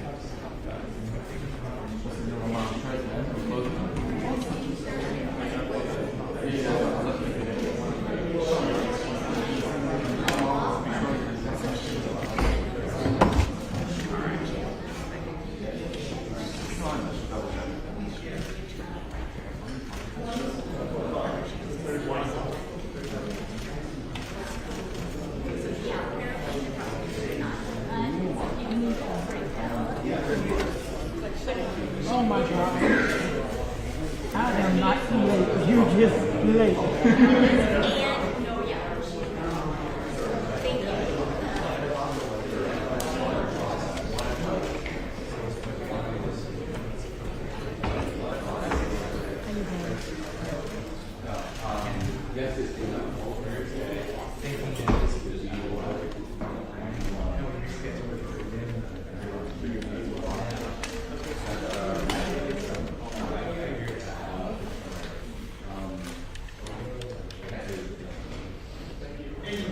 Yes.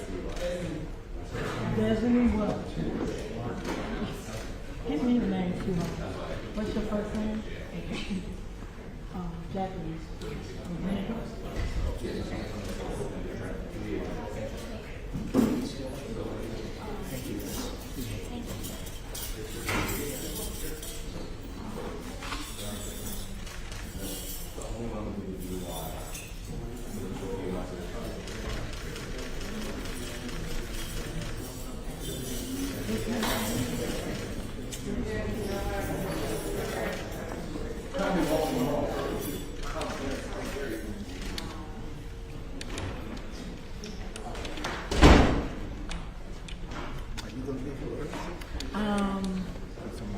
George's gonna be here Wednesday. I'll be here on Friday. Do you need me to bring stuff tomorrow? I need, Thursday. no, I need you to bring it to me tomorrow. Tomorrow, okay, tomorrow. Tomorrow. Not Thursday. We are, we're the naughty. Let's, you sure? You're on the list.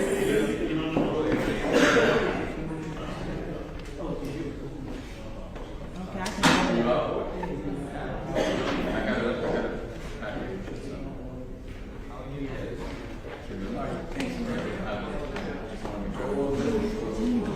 I have somebody waiting for me.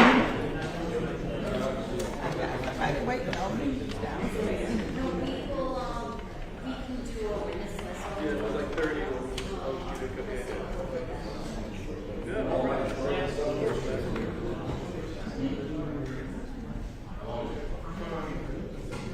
No, sir. This Thursday.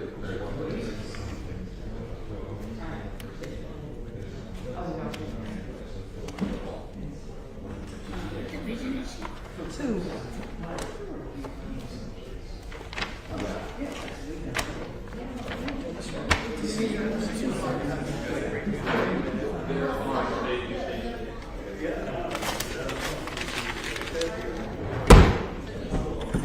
Then you get up out of here.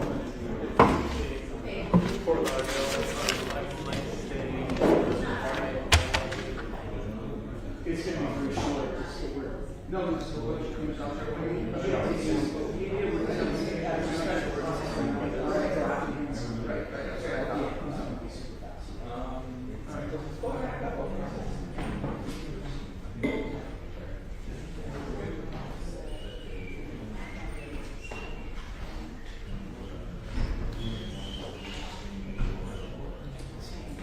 Which one? You okay? Goddamn, bro, my lower back is killing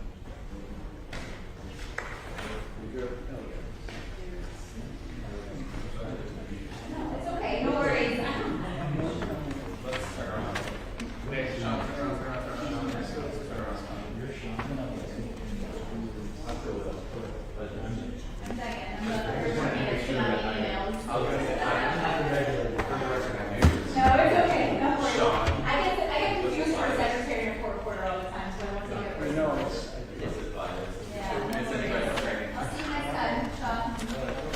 Hi, guys.